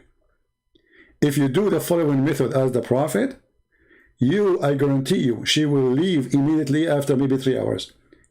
You say to her, hey, mother-in-law, what do you like to eat? Eat, today. Then she will say to you right away, you are an idiot, I'm out of here. Immediately, literally. I mean, this is deep. And now the Prophet is saying A-A-L-M. How you can explain to me? I mean, I'm really out of, I don't know if there's a Muslim wanna call us, help us, like the guy, he keep complaining, like a chicken. Instead of, you know, chickening in the chat, what about you call me? I will speak to you nicely as a rooster. Get me busted. Do you agree that this is a miracle to be able to say A-L-M with this guy? Huh? The guy who's complaining in the chat? Do you agree really that A-L-M is a miracle? Huh?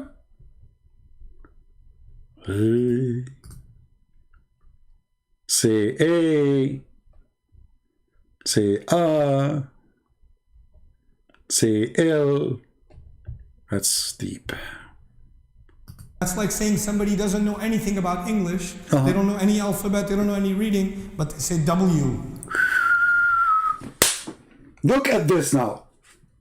That is something. Imagine someone do not know anything about English, and then you say to him, say W, and he was able to say it. People, this is too much. I truly apologize. This is really above my pay grade. How we can explain this to if a Christian he see this, he will convert to Islam.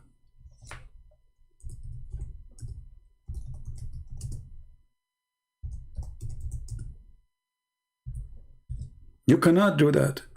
And actually, there's scientifically, this is proven to be true. You know, there's no question about it. This is really true, and it's proven. Like, if you remember, there is a very famous French actor. He's actually not actor. Sorry, detective. He went to America. I would like to buy a hamburger. I would like to buy a hamburger. I would like to buy a hamburger. No. Let's break it down. Okay. I would.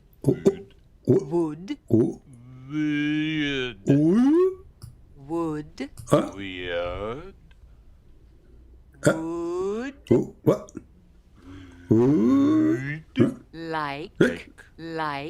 Like. To. Toi. By. A. Oh, hold on. He was able to say A, which is part of ALM. He's almost there. Let's see if he can make it.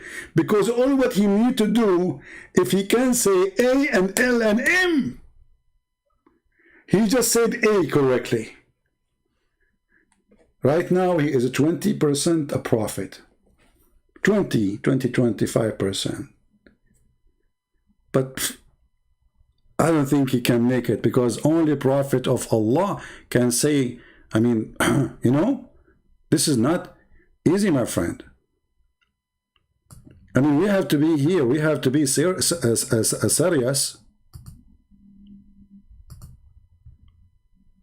Look how he say A. This is the moment. Like. To. Toi. To. Toi. To. Toi.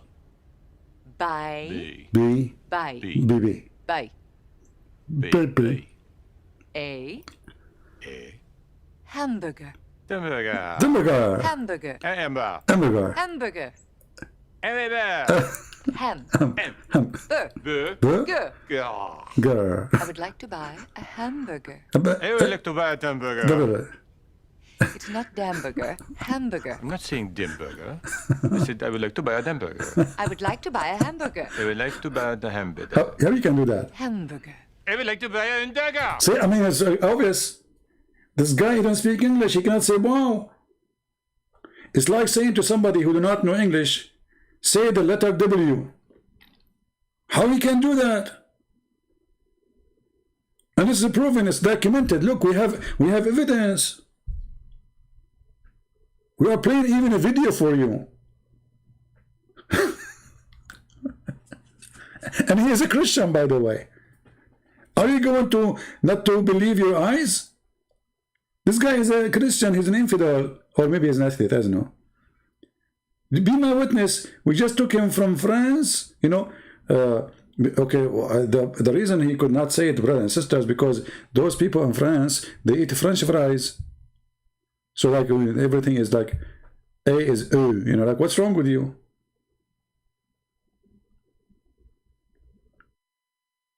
So the prophet, when he was able to do so, he committed a miracle. I say the word committed because this is like sound like a crime for me. How he can do that? We have to be honest. It's like somebody who don't speak English and you tell him to say W. He cannot. Comes the word alif, lam, mim, which is impossible for someone who doesn't read. That's like saying somebody doesn't know anything about English, they don't know any alphabet, they don't know any reading, but they say W, P, R. The word R, W, P, Q, X, these words don't mean anything. These letters don't mean anything on their own. They only mean something when you go to school and you learn the alphabet. But he just said to us, we do not know what they mean until now.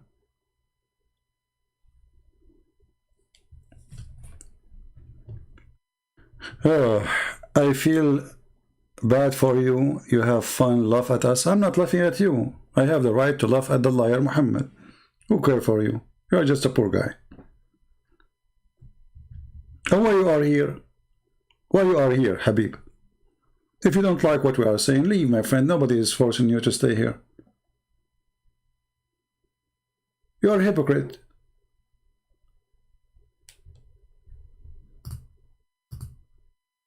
If I search right now for videos speaking against Islam, I can find you millions. How come you don't say to the Muslims, shame on you to do that? And what about your Prophet Quran's names? Get out of here. Don't come here. Stop crying. Playing victim. This is what they do. They kill you, and then they go in your funeral. And they say to your family, we feel sorry for your son. We know the game. You want to play victims? People are laughing at you. I will not be surprised if you are a member of ISIS, maybe.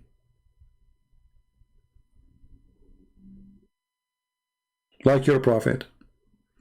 They say to you, ISIS are not Muslims. Why? Muhammad did not, he was not a terrorist. Muhammad in the Quran and in the Hadith, he says, I am the first, I was victorious by terror. نصرت بالرعب.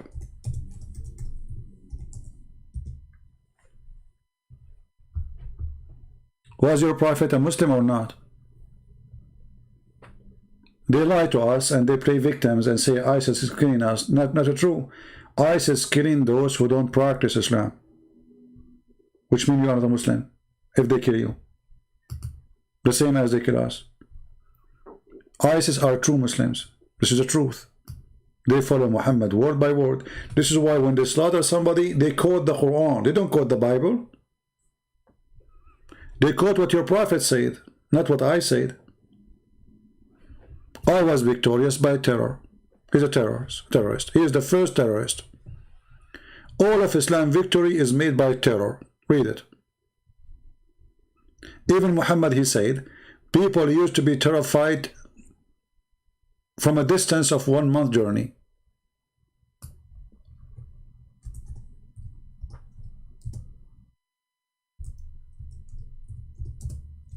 A distance of what? 1 month journey.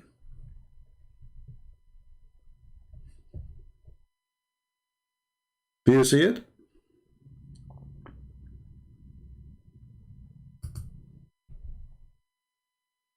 I was victorious by terror, between two brackets, frighten my enemies, all the enemies, Christians, Jews, everybody, and that including women and children, from a distance of 1 month journey. Do you see how peaceful he was?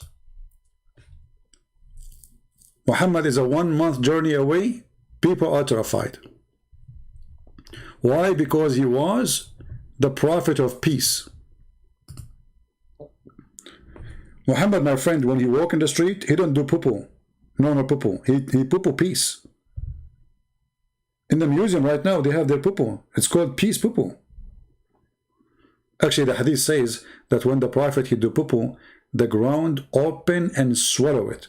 And they say that his poo-poo and his pee smell like musk. If you don't believe me, call me. I will show you the reference. This is why the Muslims, they were fighting over his pee. So here, you know, today we showed you how the Muslims, they admit the Quran, suffering from flight of thoughts. Quran is not organized. Quran is a stupid book. Like, where we find the story of Jesus wasn't crucified. Anyone remember what chapter? What chapter? Do you remember?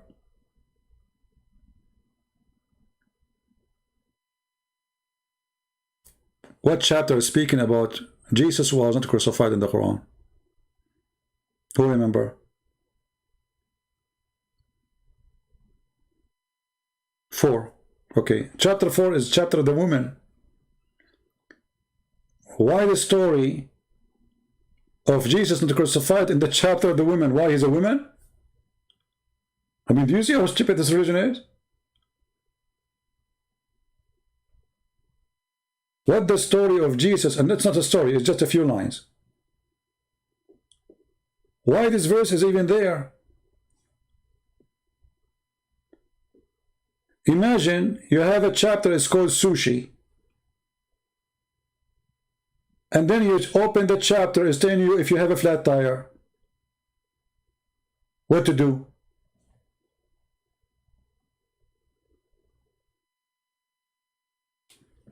Muhammad forbid killing women? Okay, let me show you Muhammad forbid killing a woman or not.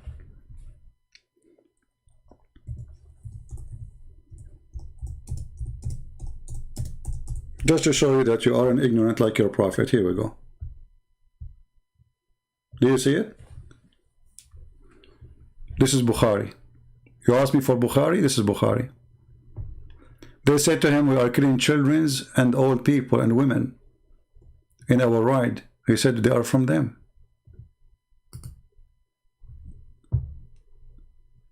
Do you see it? Why you lie? He said they are from among them, approved upon. Do you see it? We got you busted in 2 seconds. What about the Quran? The Quran speaks about the Prophet of Allah. His name is Al-Khudr, who he slaughtered a child who never committed a sin. Why you don't call me Mr. The Prophet forbid killing women and children? Let's see if this is true or not. What about the hadith of the woman who was laughing just because she was laughing for why she laughed? Because Muhammad is slaughtering her families, the Jews, all of them. A Muslim man, he put a sword in her chest and he cut her head. He forbid it later. So after he killed like 1 million women, he forbid it later. Thank you very much, guys. Later he forbid it. Just to show you're ignorant, you idiot. The chapter of At-Tawbah about killing the Christian and the Jews came at the end of Islam, not in the beginning. So you are stupid. So how he later, if you believe he was dead? At the end of his life, he tried to start killing the Christian and the Jews. Not in the beginning, you idiot. Try to get some different lie. Stupidity is amazing. Oh boy. The last chapter Muhammad he received, according to many Muslim scholars, it was At-Tawbah. Go and kill the Christians and the Jews. All right. So, guys, I think we have enough for today. How many hours we are live? Which is not long, really. Only 4 hours. I'm so upset. Honestly, I said to myself, I would go live like for 20 minutes. I want to learn how to do that. Wow, CP, you know so much about Islam. Why you don't convert to Islam? Because I know so much about Islam. I will never convert to Islam. Islam is a clear sign of stupidity, my friend. Don't you notice? Because I know I will never convert to Islam. Don't you see what's happening? You Muslims saying that the Prophet, he did miracle by saying ALM. What's wrong with you?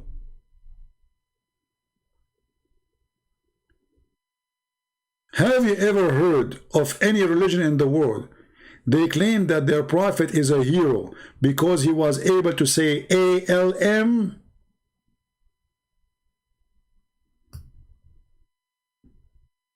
That's... I mean, you know what? I never expected Muhammad to be able to do so because he's so stupid to say ALM. And this is what makes it miracle. I mean, look at this. The guy is a crazy idiot. So he's right. How someone like Muhammad can say ALM? It's impossible. Think about it. وما كنت تتلو من قبله من كتاب وما تخطه بيمينك. النبي الأمي, you know, he doesn't know how to read. Now, when someone does not know how to read, the word alif doesn't make any sense. Doesn't make any sense. The word lam doesn't make any sense. The word meme doesn't make any sense because these are letters of the alphabet. Right. And the only people who learn the alphabet are people who learn how to what? Read. Right. So the first thing that was given in the surah is reminding you that the messenger himself, alayhi salatu wasalam, has no clue how to read, right. And yet out of his mouth comes the word alif, lam, meme, which is impossible for someone who doesn't read. It's impossible. I mean, if you think about it seriously, Muhammad is so stupid, and this is why the Muslims are saying how a stupid guy like this guy can repeat 3 letters. It's impossible. And now we have to share with the Muslims their feeling that if Muhammad is not really a prophet, how someone so stupid he can repeat 3? It's impossible. You see, he's not like us. He's so stupid. This is why the Muslims are so surprised. How he can do that? That's like saying somebody doesn't know anything about English. They don't know any alphabet. They don't know any reading, but they say W. Look at this. I mean, how you can debate such a person? I hope one day he will not call me. Honestly, if this guy he called me, I will go and hide in the basement immediately. I mean, how I can refute this? Look at this. It's like saying to someone who don't speak English, say W, and he say W. How you can do that? How you can do that? Man, I almost closed I broke the table. I hope there's no crack. Hold on. Oh boy. I'm so strong. I'm drinking camel urine, brother. I should not get excited like this again. Who's going to pay for this table now? Jibreel? So get me so excited. Why am I getting excited like this? Because I could not handle the truth. You cannot handle the truth. I'm not your father. I'm not your dad. I'm your mom.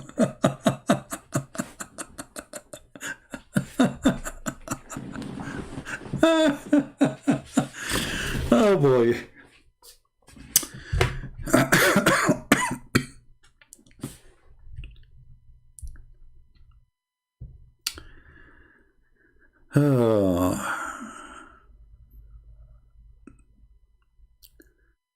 Any Muslim would like to call us before we leave, my friends?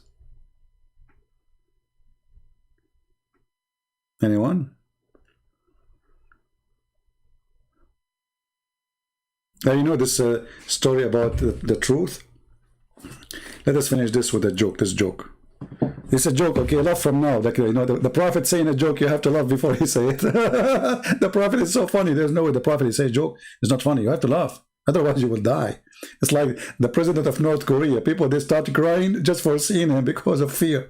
So there's a guy, he want to get married. So this guy, Middle Eastern, you know, Middle Eastern, we have tradition. You ask your father go and ask for the hand of the girl or her leg, whatever. So he told his father, "Father, I found a girl to marry her. I love her." The father, he's so excited, you know, this is his elder son. He said, "Son, this is the day I was waiting for. Okay, tell me who's she so we can go and ask for her hand." Then the son, he said to him her name. The father, he said, "No." He said, "What?" He said, No. He said, "What?" He said, "Not this girl." He said, "Why?" He said, "Son, don't force me. I cannot tell you." "Come on, Dad, I love her." The father, he had no choice but to tell him. He said, "When I was in your age, I was like very bad boy. So she's your sister." Like, what? She's my sister? So the guy, he got upset. He went away for some time. He didn't go out. And then he started going normal life. He met another girl. And now he came back again to his father. And he's so excited. He find a girl to marry, blah, blah. So he came to his father again and he told him, "Father, I found finally a girl. And there's no way you can object her. She don't even live in the city. She live in a different city." He said, "Great, what's her name?" The guy, he told him the name. He said, No. not this girl. Why? She is your sister too. Like, what? So this guy, first time, second time, third time, fourth time, each time he bring him a girl to marry, he tell him she is your sister. So this guy, he grow a beard, you know, and he became like a YouTuber, you know. He don't go out, he don't talk to anyone. His mom, she noticed her son changed. He used to go out, party, you know, he's a young man. So she said to him, what's wrong with you, son? Why you change? Why you don't go out? He said, Mom, don't force me to say. I cannot take it no more. He said, no, tell me what's happening. Said, no, I cannot tell you. He said, no, you have to tell me. So he told her the story. He told her, each time I find a girl to marry, my father, he tell me, you cannot marry her. She is your sister. This is my story, okay? So his mom, she said to him, son, go and marry any of those girls. He said, how I can do that? She said, who said that he is your father?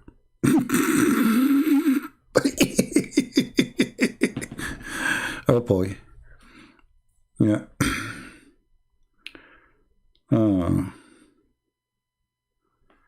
Yeah. Who said that he is your father? So the father was sleeping around and the mother was sleeping around too. The father said the son is his son, but the mother, she knew that he is not the son of that man, the father. So go and sleep, you know, go marry all of them, who care? You know, he's not your father anyway. Don't worry about it. Don't even think about it.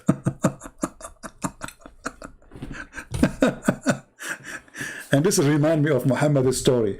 Muhammad was born 4 years after his father's death. Obviously, he's a son of his father. Obviously. I mean, come on. Imagine you divorce your wife, and after 4 years, she called you. She said, honey, I am in the hospital. Why you are calling me? Come and pay for the operation bill. You know, bill. Why? What operation? I just gave birth to a baby. Okay, what I have to do with him? This is your son, you idiot. But I divorced you 4 years ago. This is why there is a woman, I think it was in Somalia and Nigeria, I forget which country, they're practicing Sharia law in Africa. It was in the news actually. The lawyer was able to get this woman loose from the punishment to be killed of fornication. 2 years after her husband passed away, she delivered a child. So obviously she is sleeping around. So they took her to the court, blah, blah, blah, you know, or at least she's going to be whipped 100 times. The lawyer, he told the judges, well, don't you know that a Muslim woman, she can be pregnant up to 10 years? So they release her because there's no proof that she is fornicating. A Muslim woman, she can go and have a child 10 years, up to 10 years after her husband passed away. Actually, there's some Muslim sect, they believe there's no limit, which means 20 years after, which is true, you know. Yeah. And if a Muslim, he don't believe me, by the way, I can show the reference, you know.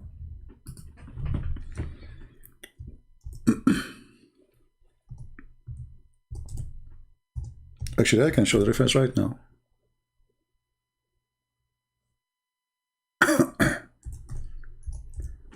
Let me give you the link. You can go and use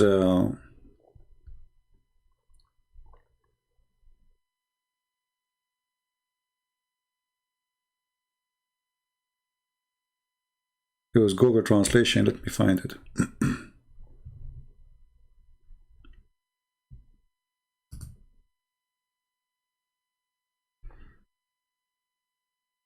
Let us see.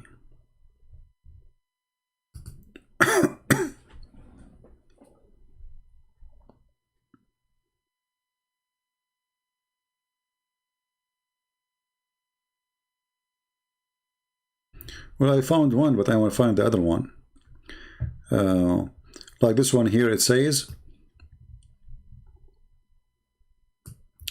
وأما أكثر مدة الحمل عند المالكية والشافعية والحنابلة فهي 4 سنوات. And the maximum of a woman being pregnant for the following sect, Maliki and Shafi'i and Hanbali, those are the 3 major sects, they are 4. So 3 out of 4, they believe that women, she can have a child up to 4 years after her husband pass away. And he said here, according to the Maliki, 5 years. But I want actually, this is not really a very accurate information. Let me show you. But this is the link anyway. You can use Google Translation. Anyway, this is enough, and there's no need to show more. No, that is enough. And maybe Elisa, she is posting the other. Yeah, here we go. Yeah, the link actually she posted. Lisa, she is posting there, is the one giving you the answer. Here we go. This one, the question is how long a woman can be pregnant, how far, how long, and then they start saying to you how long. Let us use Google Translation. And here you see how they lie. We just showed you the other link. They said the maximum is 4 years, and the maximum for the Maliki is 5. But look what it says here.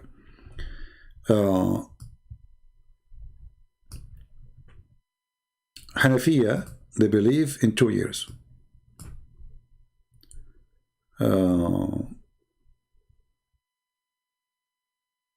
Start from 9 months, okay, and then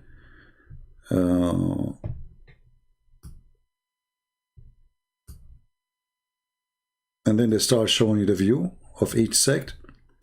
3 years according to the view of Abu Layth, and then 4 years, which is the doctrine of Shafi'i and Hanbalis, and the most all-known of 2 view among the Malikis.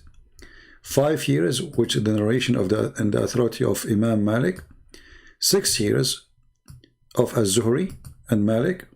Look, here they just said Malik agree with 5, and now he's saying 6 years for Az-Zuhri and Malik. And then 7 years was Rabi'u al-Rai, etc. And then narration of the authority of Az-Zuhri. And then there is no limit to most pregnancy, which in the view of Abu Ubaid, no limit. A woman, she can be delivering a child 30 years after her husband passed away. No limit. You know? Yeah. So this is Islam, my friend. And then they make videos for you about Quran and science. Science. Islam is book of science, what we can say. We have to admit that. You know? Yeah. This is why I advise you, if you are a Muslim, you're in trouble. Your wife, she can go after you even after 10 years, say this is your son.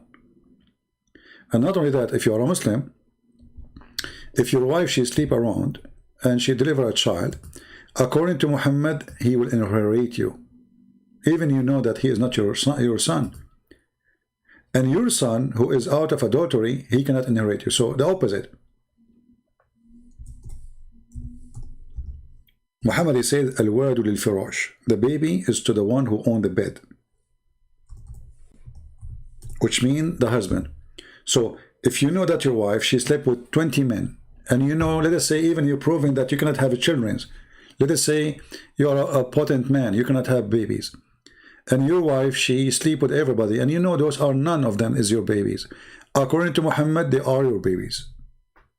The Prophet says, the boy is for the owner of the bed.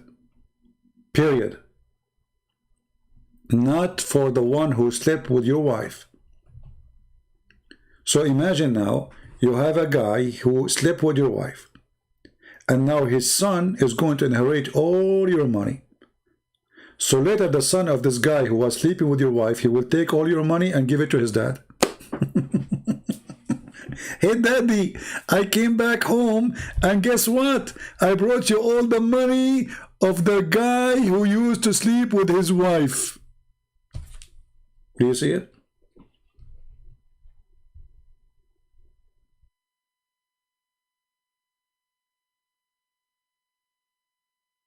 Very genius. And for the fornicator is a stoning. But if what if we do not know who is the fornicator? And how you can prove the fornication anyway? You have to find 4 witnesses, and the 4 witnesses, they have to see, excuse my language, the penis of the man going in and out literally. How you can get 4 witnesses seeing that? So if you go inside the bedroom and you find your wife, and excuse my language again, she is having sex with the guy, and both of them are totally naked. Actually, there's a hadith where the guy, he said, I saw her feet around his neck, the guy who was having sex with her, like the ears of a donkey. So this is explained to you the position, the sexual position. So his legs is around his neck, and he is in the top of it doing dahman, dahman. The caliphate, he said, did you see his penis going in and out? He said, no. He said, beat him. They beat the guy, the witness. They did beat the 3 witnesses because they did not see the penis. They saw.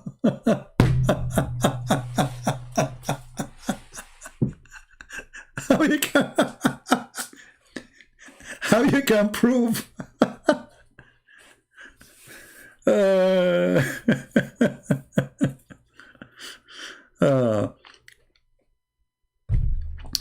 There's a hadith, Muhammad, he said, before you go to your house, send somebody to your house. And the sheikh was explaining TV. He says, this is from the mercy of Allah. They said to him, why, sheikh? He said, okay, you come back from doing jihad. You go to the house, you find your wife with somebody, what do you do? And you have no witnesses. So the Prophet, he says, before you go home, send somebody to tell her that you are coming. So if there's somebody there, he will leave. The hadith says, so she can comb her hair and get ready. The sheikh, he said that the Prophet is way more deep in his thoughts. He don't want you to go home and find your wife in the lap of somebody. So send a messenger in advance so you will not find somebody with her. Because if you find somebody with her, how you can prove it? Even if you bring all the people, all the tribe, they come to the room. He is naked, she is naked, there's no proof of adultery unless they see him doing it. And you can ask any Muslim sheikh. Having 2 people naked in one room, there's no adultery. Actually, the Quran make it clear. Kissing, touching, tatra, blah, blah, blah, blah. This is not adultery. This is called al-lamam. Al-lamam. And this is a story of a guy, his name is Nabhan al-Tammar. This man, he came to Muhammad and he said to him, I did yesterday with a woman, properly her husband, is doing jihad. I did with her everything except sexual intercourse. What the Prophet, he said to him, Allah, he forgive all sin. You know, and what you did is called lamam.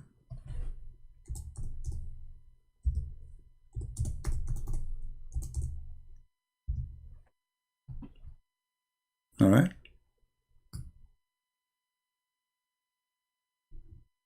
This is not a big deal. Don't worry about it. What al-lamam? The man, he explained. He said he did with her everything, everything. So you can use your imagination. Except sexual intercourse. Everything. Muhammad told him, don't worry, this is not a fahisha. Fahisha in Islam is the big sin. This is called al-lamam, small faults. I love it. Hey guys, I have to go. I need to do some small faults, okay? Sorry, you know, like it's time for fault practice, you know, like this is small faults, yeah. And okay, you know, okay, time for small faults, you know, like okay, and you know, like I'm going to do faults, and you know, and I will open a store for palm tree fruits, and then a married woman, she come to the store, and I will invite her inside. I will wink in my eyes, say, this is what the story says. The guy, he winked to her and he says, get in, I have better stuff. So when she get in, rawadaha, he asked her to play with him, and she did, and they did everything. Hello, what he did? Everything. I changed the Muslim to say I'm lying. I can show you the story right now. Who wanna get me busted? I can show you the story right now. Everything except intercourse. So use your imagination. According to the Prophet, no problem. This is a small fault. And there's no penalty. No penalty, by the way. There's no punishment. This is nothing. I mean, so what? The woman, her husband is doing jihad for Allah. She go to your place or your store. You take her in the back room. You know, you touch each other, you kiss, you play, la la la, you know, la la la la la la la la la. Okay, okay, nothing happened. I mean, no harm happened. So she go home, you go home, everybody's happy. This is a small fault. This is Islam. And I challenge anyone to say this is not true.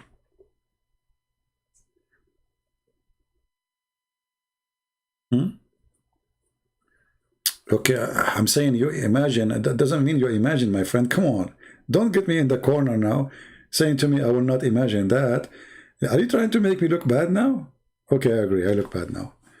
Man, why I tell those kids the topic? Those are children. Look, all of them, they are not even, all of them, they are between the age of 60 and 80. I should not mention those stories for them. Those stories is good for someone in the age of Aisha. She's mature. I should not tell you those stories, sorry. Those are meant for someone, she is mature like Aisha. Even the Muslim, they say to you that Aisha, when she was 4 years old, she was engaged. I mean, this girl, she was dating, she was hot. I mean, she's crazy hot. Imagine at the age of 4, she was dating. Like, what's wrong with, what happened to women today? What happened? Look at Aisha, brother. At the age of 4, she was engaged. That's what the Muslim says. Before Muhammad, Aisha, she was engaged to a different guy at the age of 4. I cannot imagine what Aisha she was doing at the age of 2. I mean, come on, because at that time she must be, before you get engaged, you act like a teenage, you know what I mean? So I think at the age of 2, she was like a teenage, you know, like she's crazy. Oh boy. Yeah. And they say to you, Middle Eastern women, they got so mature so fast. My friend, don't go there. The only thing I know about Middle Eastern women, they have a lot of hair. Don't tell me more. That's mature. I don't know about that, you know. But they have a lot of hair, you know, okay. And Middle Eastern men too. Like once I was in the swimming pool, and the guy, he said, "Get out! You cannot swim with your clothes." I said, "What's wrong with you? I'm not wearing my clothes." He thought this is my hair. I'm wearing like a coat, you know, like Gucci coat or something, you know. It's my hair, idiot, you know. So yeah. So Middle Eastern, brother, and the Middle East, at that time, like at that time, it was different. I thought the global warming is happening now. At that time, girls, they got so mature so early, brother. At that time, yeah. Yeah, global warming was happening at that time because, yeah, global warming is true, by the way, you know. I mean, come on. It was so hot at that time. So Aisha, she grows so fast. I mean, like, it's the sun. All what you need is the sun. Energy, you know. So like you put a child outside. So let us get 2 children. One, he live in Alaska, and one live in Kuwait. Can you imagine the difference? The one in Kuwait will be so mature, will grow so fast. Look at the palm tree. How fast? Look, it's up. Or papaya. Papaya. So when you live in the hot country, you are like a papaya. You know, like you eat a spinach and you papaya. You know, like, you know, there's a connection between them. I'm sure I'm driving you crazy. Can you debate with Sheikh Uthman? My friend, you don't have Sheikh. Who is this Uthman? All of you are a bunch of kids. Let him call me. Don't tell me can you. I open my pal talk. I say anyone is welcome. I don't care what his name. His name is Uthman. His name is Omar. His name is Papaya. I don't care. Bring me your Sheikh. Don't tell me can you debate this guy and that guy. We are open for everybody who dare. We have our pal talk is open for the last 5 hours. The only one we got him to calling us is a kid. Where is your sheikhs? So don't tell me can you debate this guy. And are you trying to promote him? The question is he willing to call me? That is the question. For me, I'm welcome everybody. Actually, I will be happy if a sheikh call us, because that will be more funny and, you know, hilarious. All right.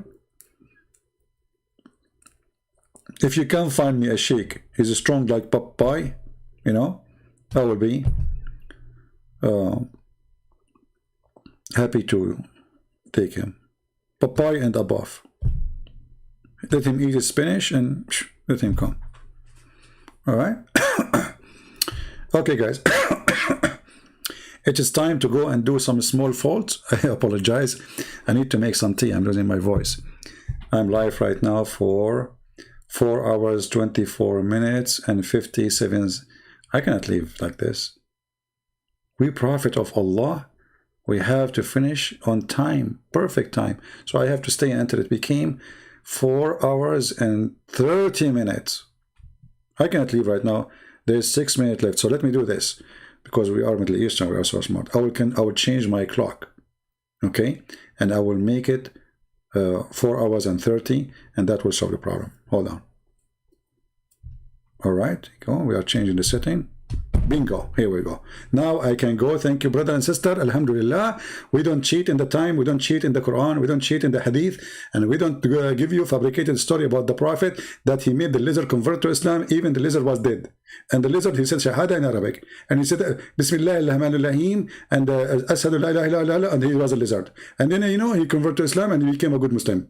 And then the Prophet, you know, like he promised him 70 virgin lizard in the heaven. And, you know, he is moving his tail right now. And he's so happy and excited. So we pray to Allah that all the lizards in the world, they convert to Islam. And by the way, lizard is the name of Allah. And the Prophet, he says, the one who killed a lizard from the first shot, Allah will give him extra virgins, extra like etc deeds. And the one who killed him from the second shot, he will get like less deed, like etc virgin. And the one who killed him from the third shot, he will get etc less deed. But the one who killed him from the fourth shot get lost. Okay? Because obviously, I mean, you are an idiot. You took 3 shots to kill a lizard. Hello? I mean, how? Hey, come on. You know, obviously you are not a good for a jihad. So a good mujahid, he killed the lizard right away. Yeah. Somebody saying to me, I'm lying. What do you mean I'm lying? But you hurt my feeling now.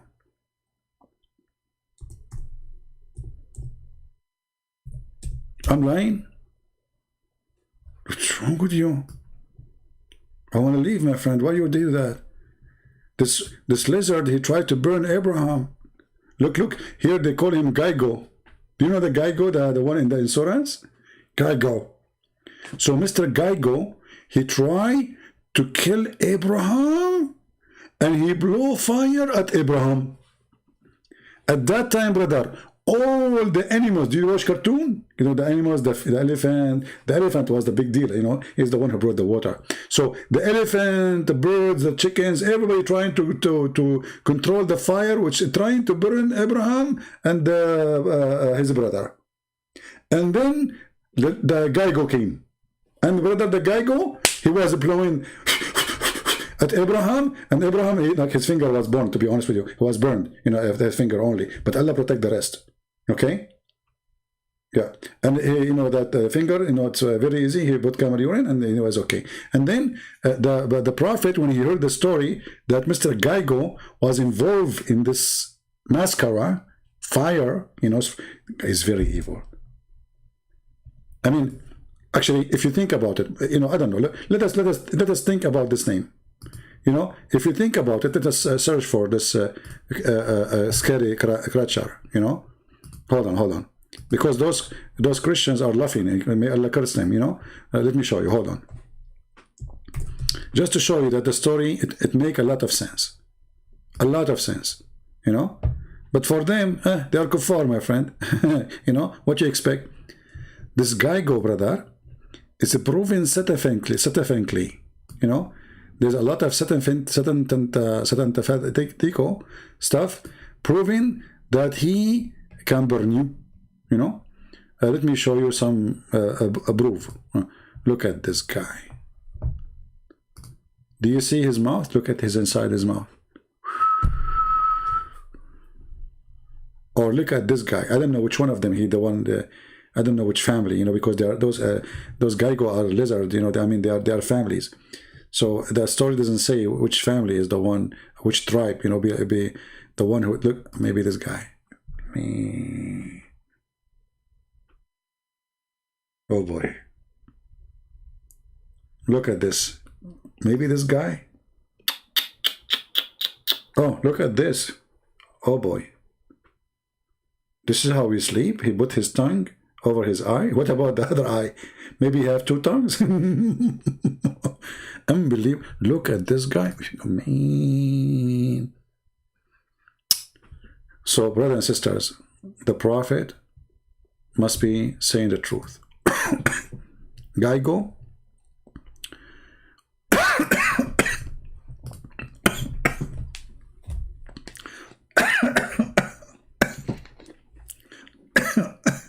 I can't breathe.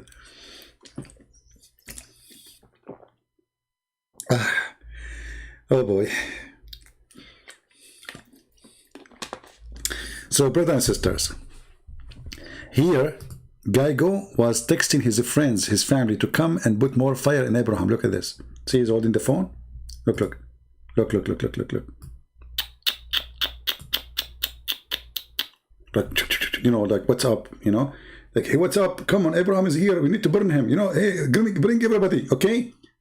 Tell everybody. Like, and all the guy go, like, you know, they are coming from everywhere.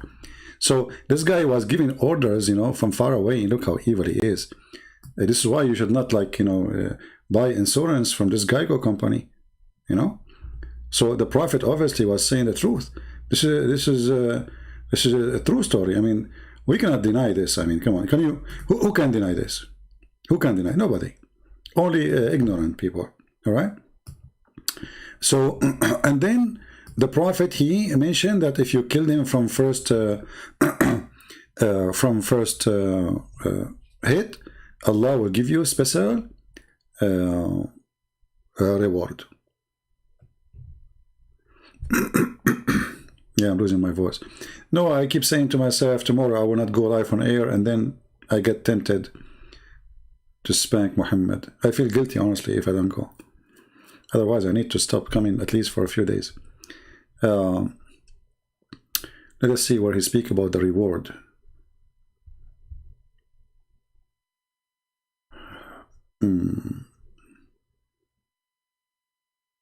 Here we go. من قتل وزغا من أول ضربة. The Messenger of Allah said, he who killed a chameleon, how do you say that word? Now the Muslim, they will make fun of my English. From the first blow, such and such number of good deeds will be awarded to him. Look how important. The chameleon is the enemy of Allah, Mr. Lizard.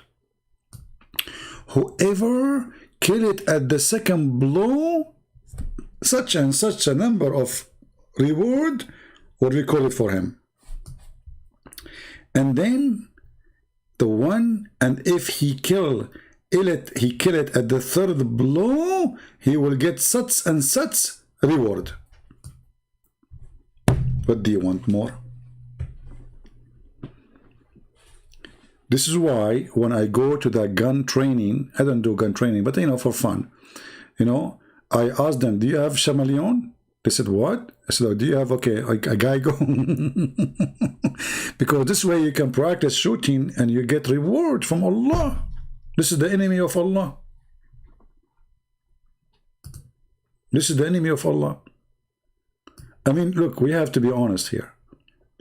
How many of you notice that this creature is an enemy of God?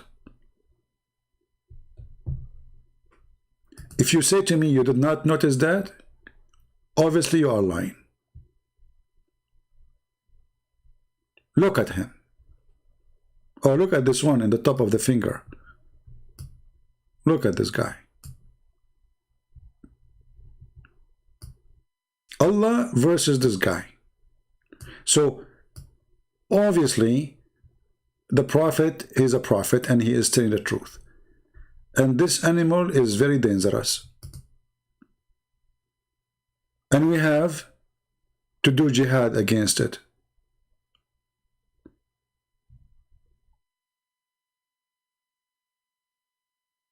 Why we don't do jihad, brothers and sisters, against this anymore?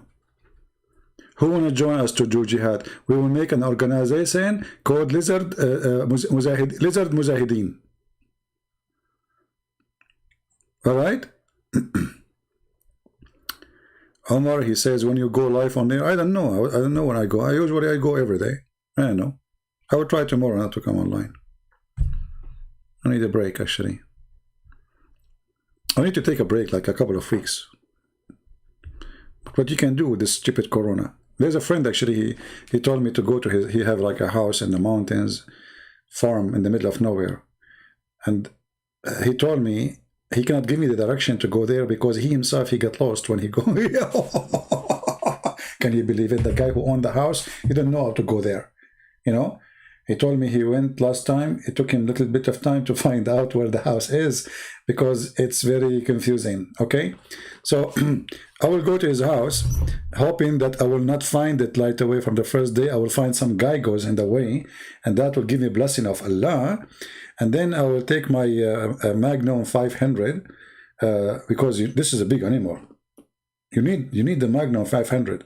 You cannot use just a 9mm gun.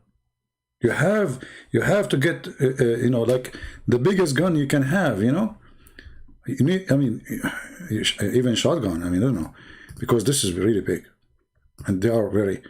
And by the way, the color is telling you how much dangerous they are. See the colors? That's very scary, And like this guy, he belonged to the Blue tribe. Blue, like they are the one who behind the song to make fun of Allah, like oh mommy, mommy blue. So they are very they are the enemy, brother. So we have to be careful, and we have to do something. We have to do something. And just to let you know, this guy he cannot say ALM like the Prophet did. He cannot. The end of the story. You like it, you don't like it, he cannot. Okay? So don't try to make him like, okay, because he look funny and the dummy, whatever, you make him like, okay, I know the kuffar, they will make him even God, worship him, not like us. We Muslims, we worship Allah, who have two hands in the right side. This God, he have hands not in the right side. He have two hands in the like left and right, They don't have like Allah. Allah, nothing like Allah. Well, there's nothing like that guy too. Do you see? There's nothing like him too. I mean, look at this guy. Look at this one. What happened to this guy? I think his mother-in-law is there.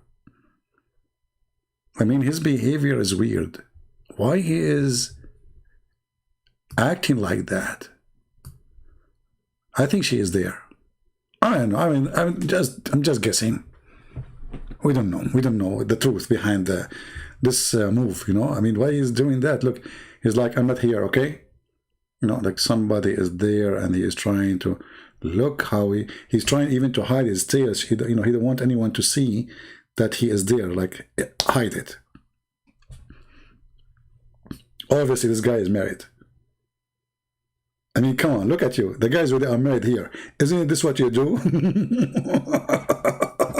when your wife come back home, come on. I mean, come on. Okay, just joking. Come on, you don't do that.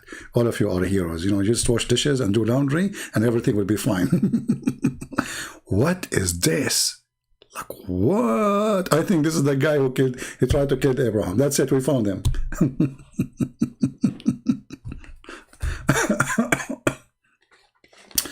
This is the guy. Look at him.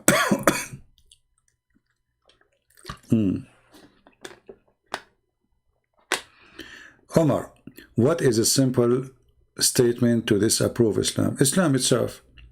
Islam means Aslam Taslam, which means surrender to the sword or you will be killed. Aslam Taslam. It's an insult to be a Muslim, because Islam means to surrender to a criminal. This is why, my friend, the Quran says, say to the Arab, you are going to be called to fight with people who are going to slaughter you unless you believe. Unless what? You became a Muslim.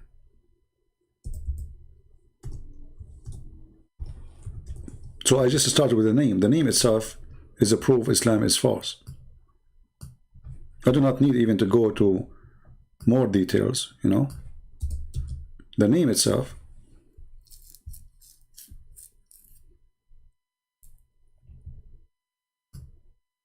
Chapter 48, and this is the chapter of Al-Fatah, the victory, killing.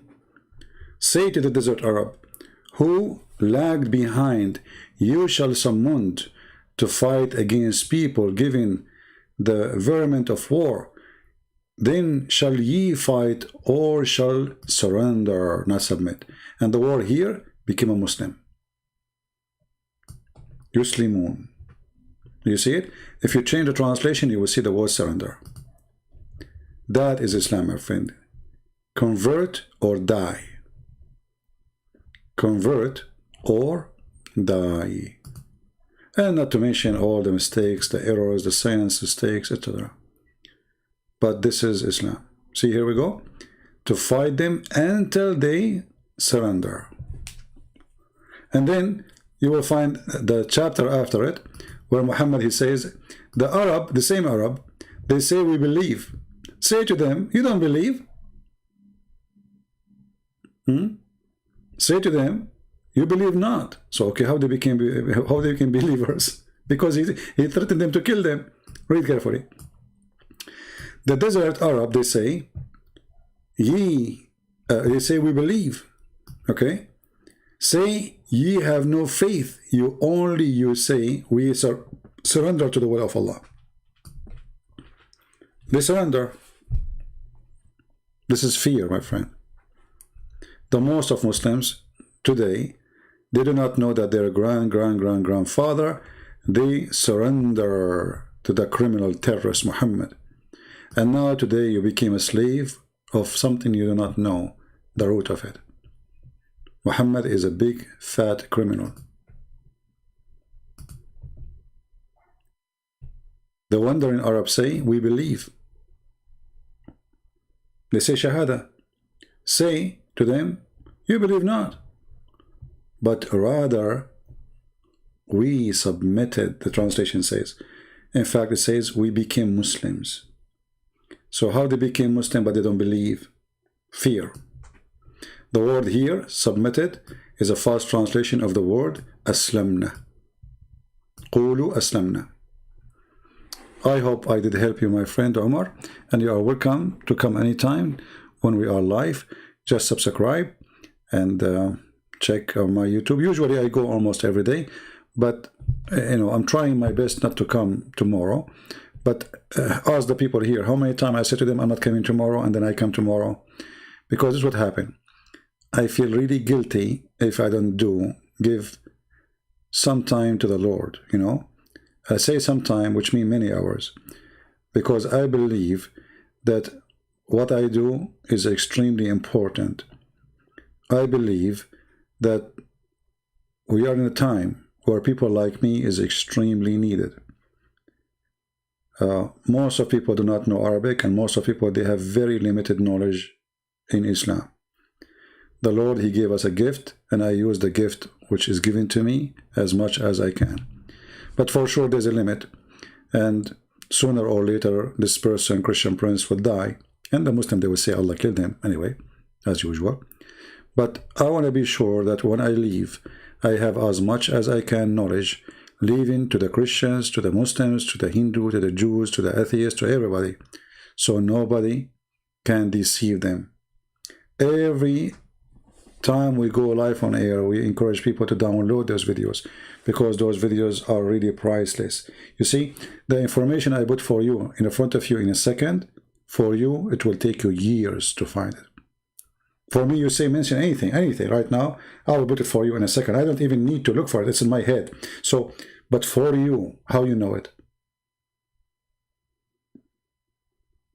You don't even speak the language, and you don't have the knowledge.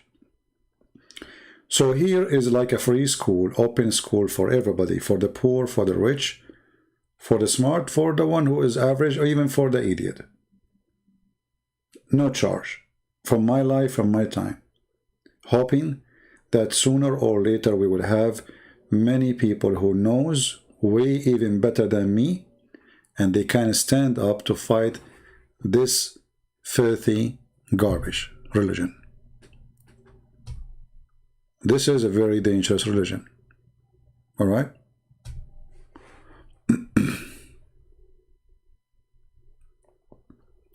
No, my friend, there's no submission in Islam. This is a false translation, Omar. Listen carefully. I just told you this is false translation.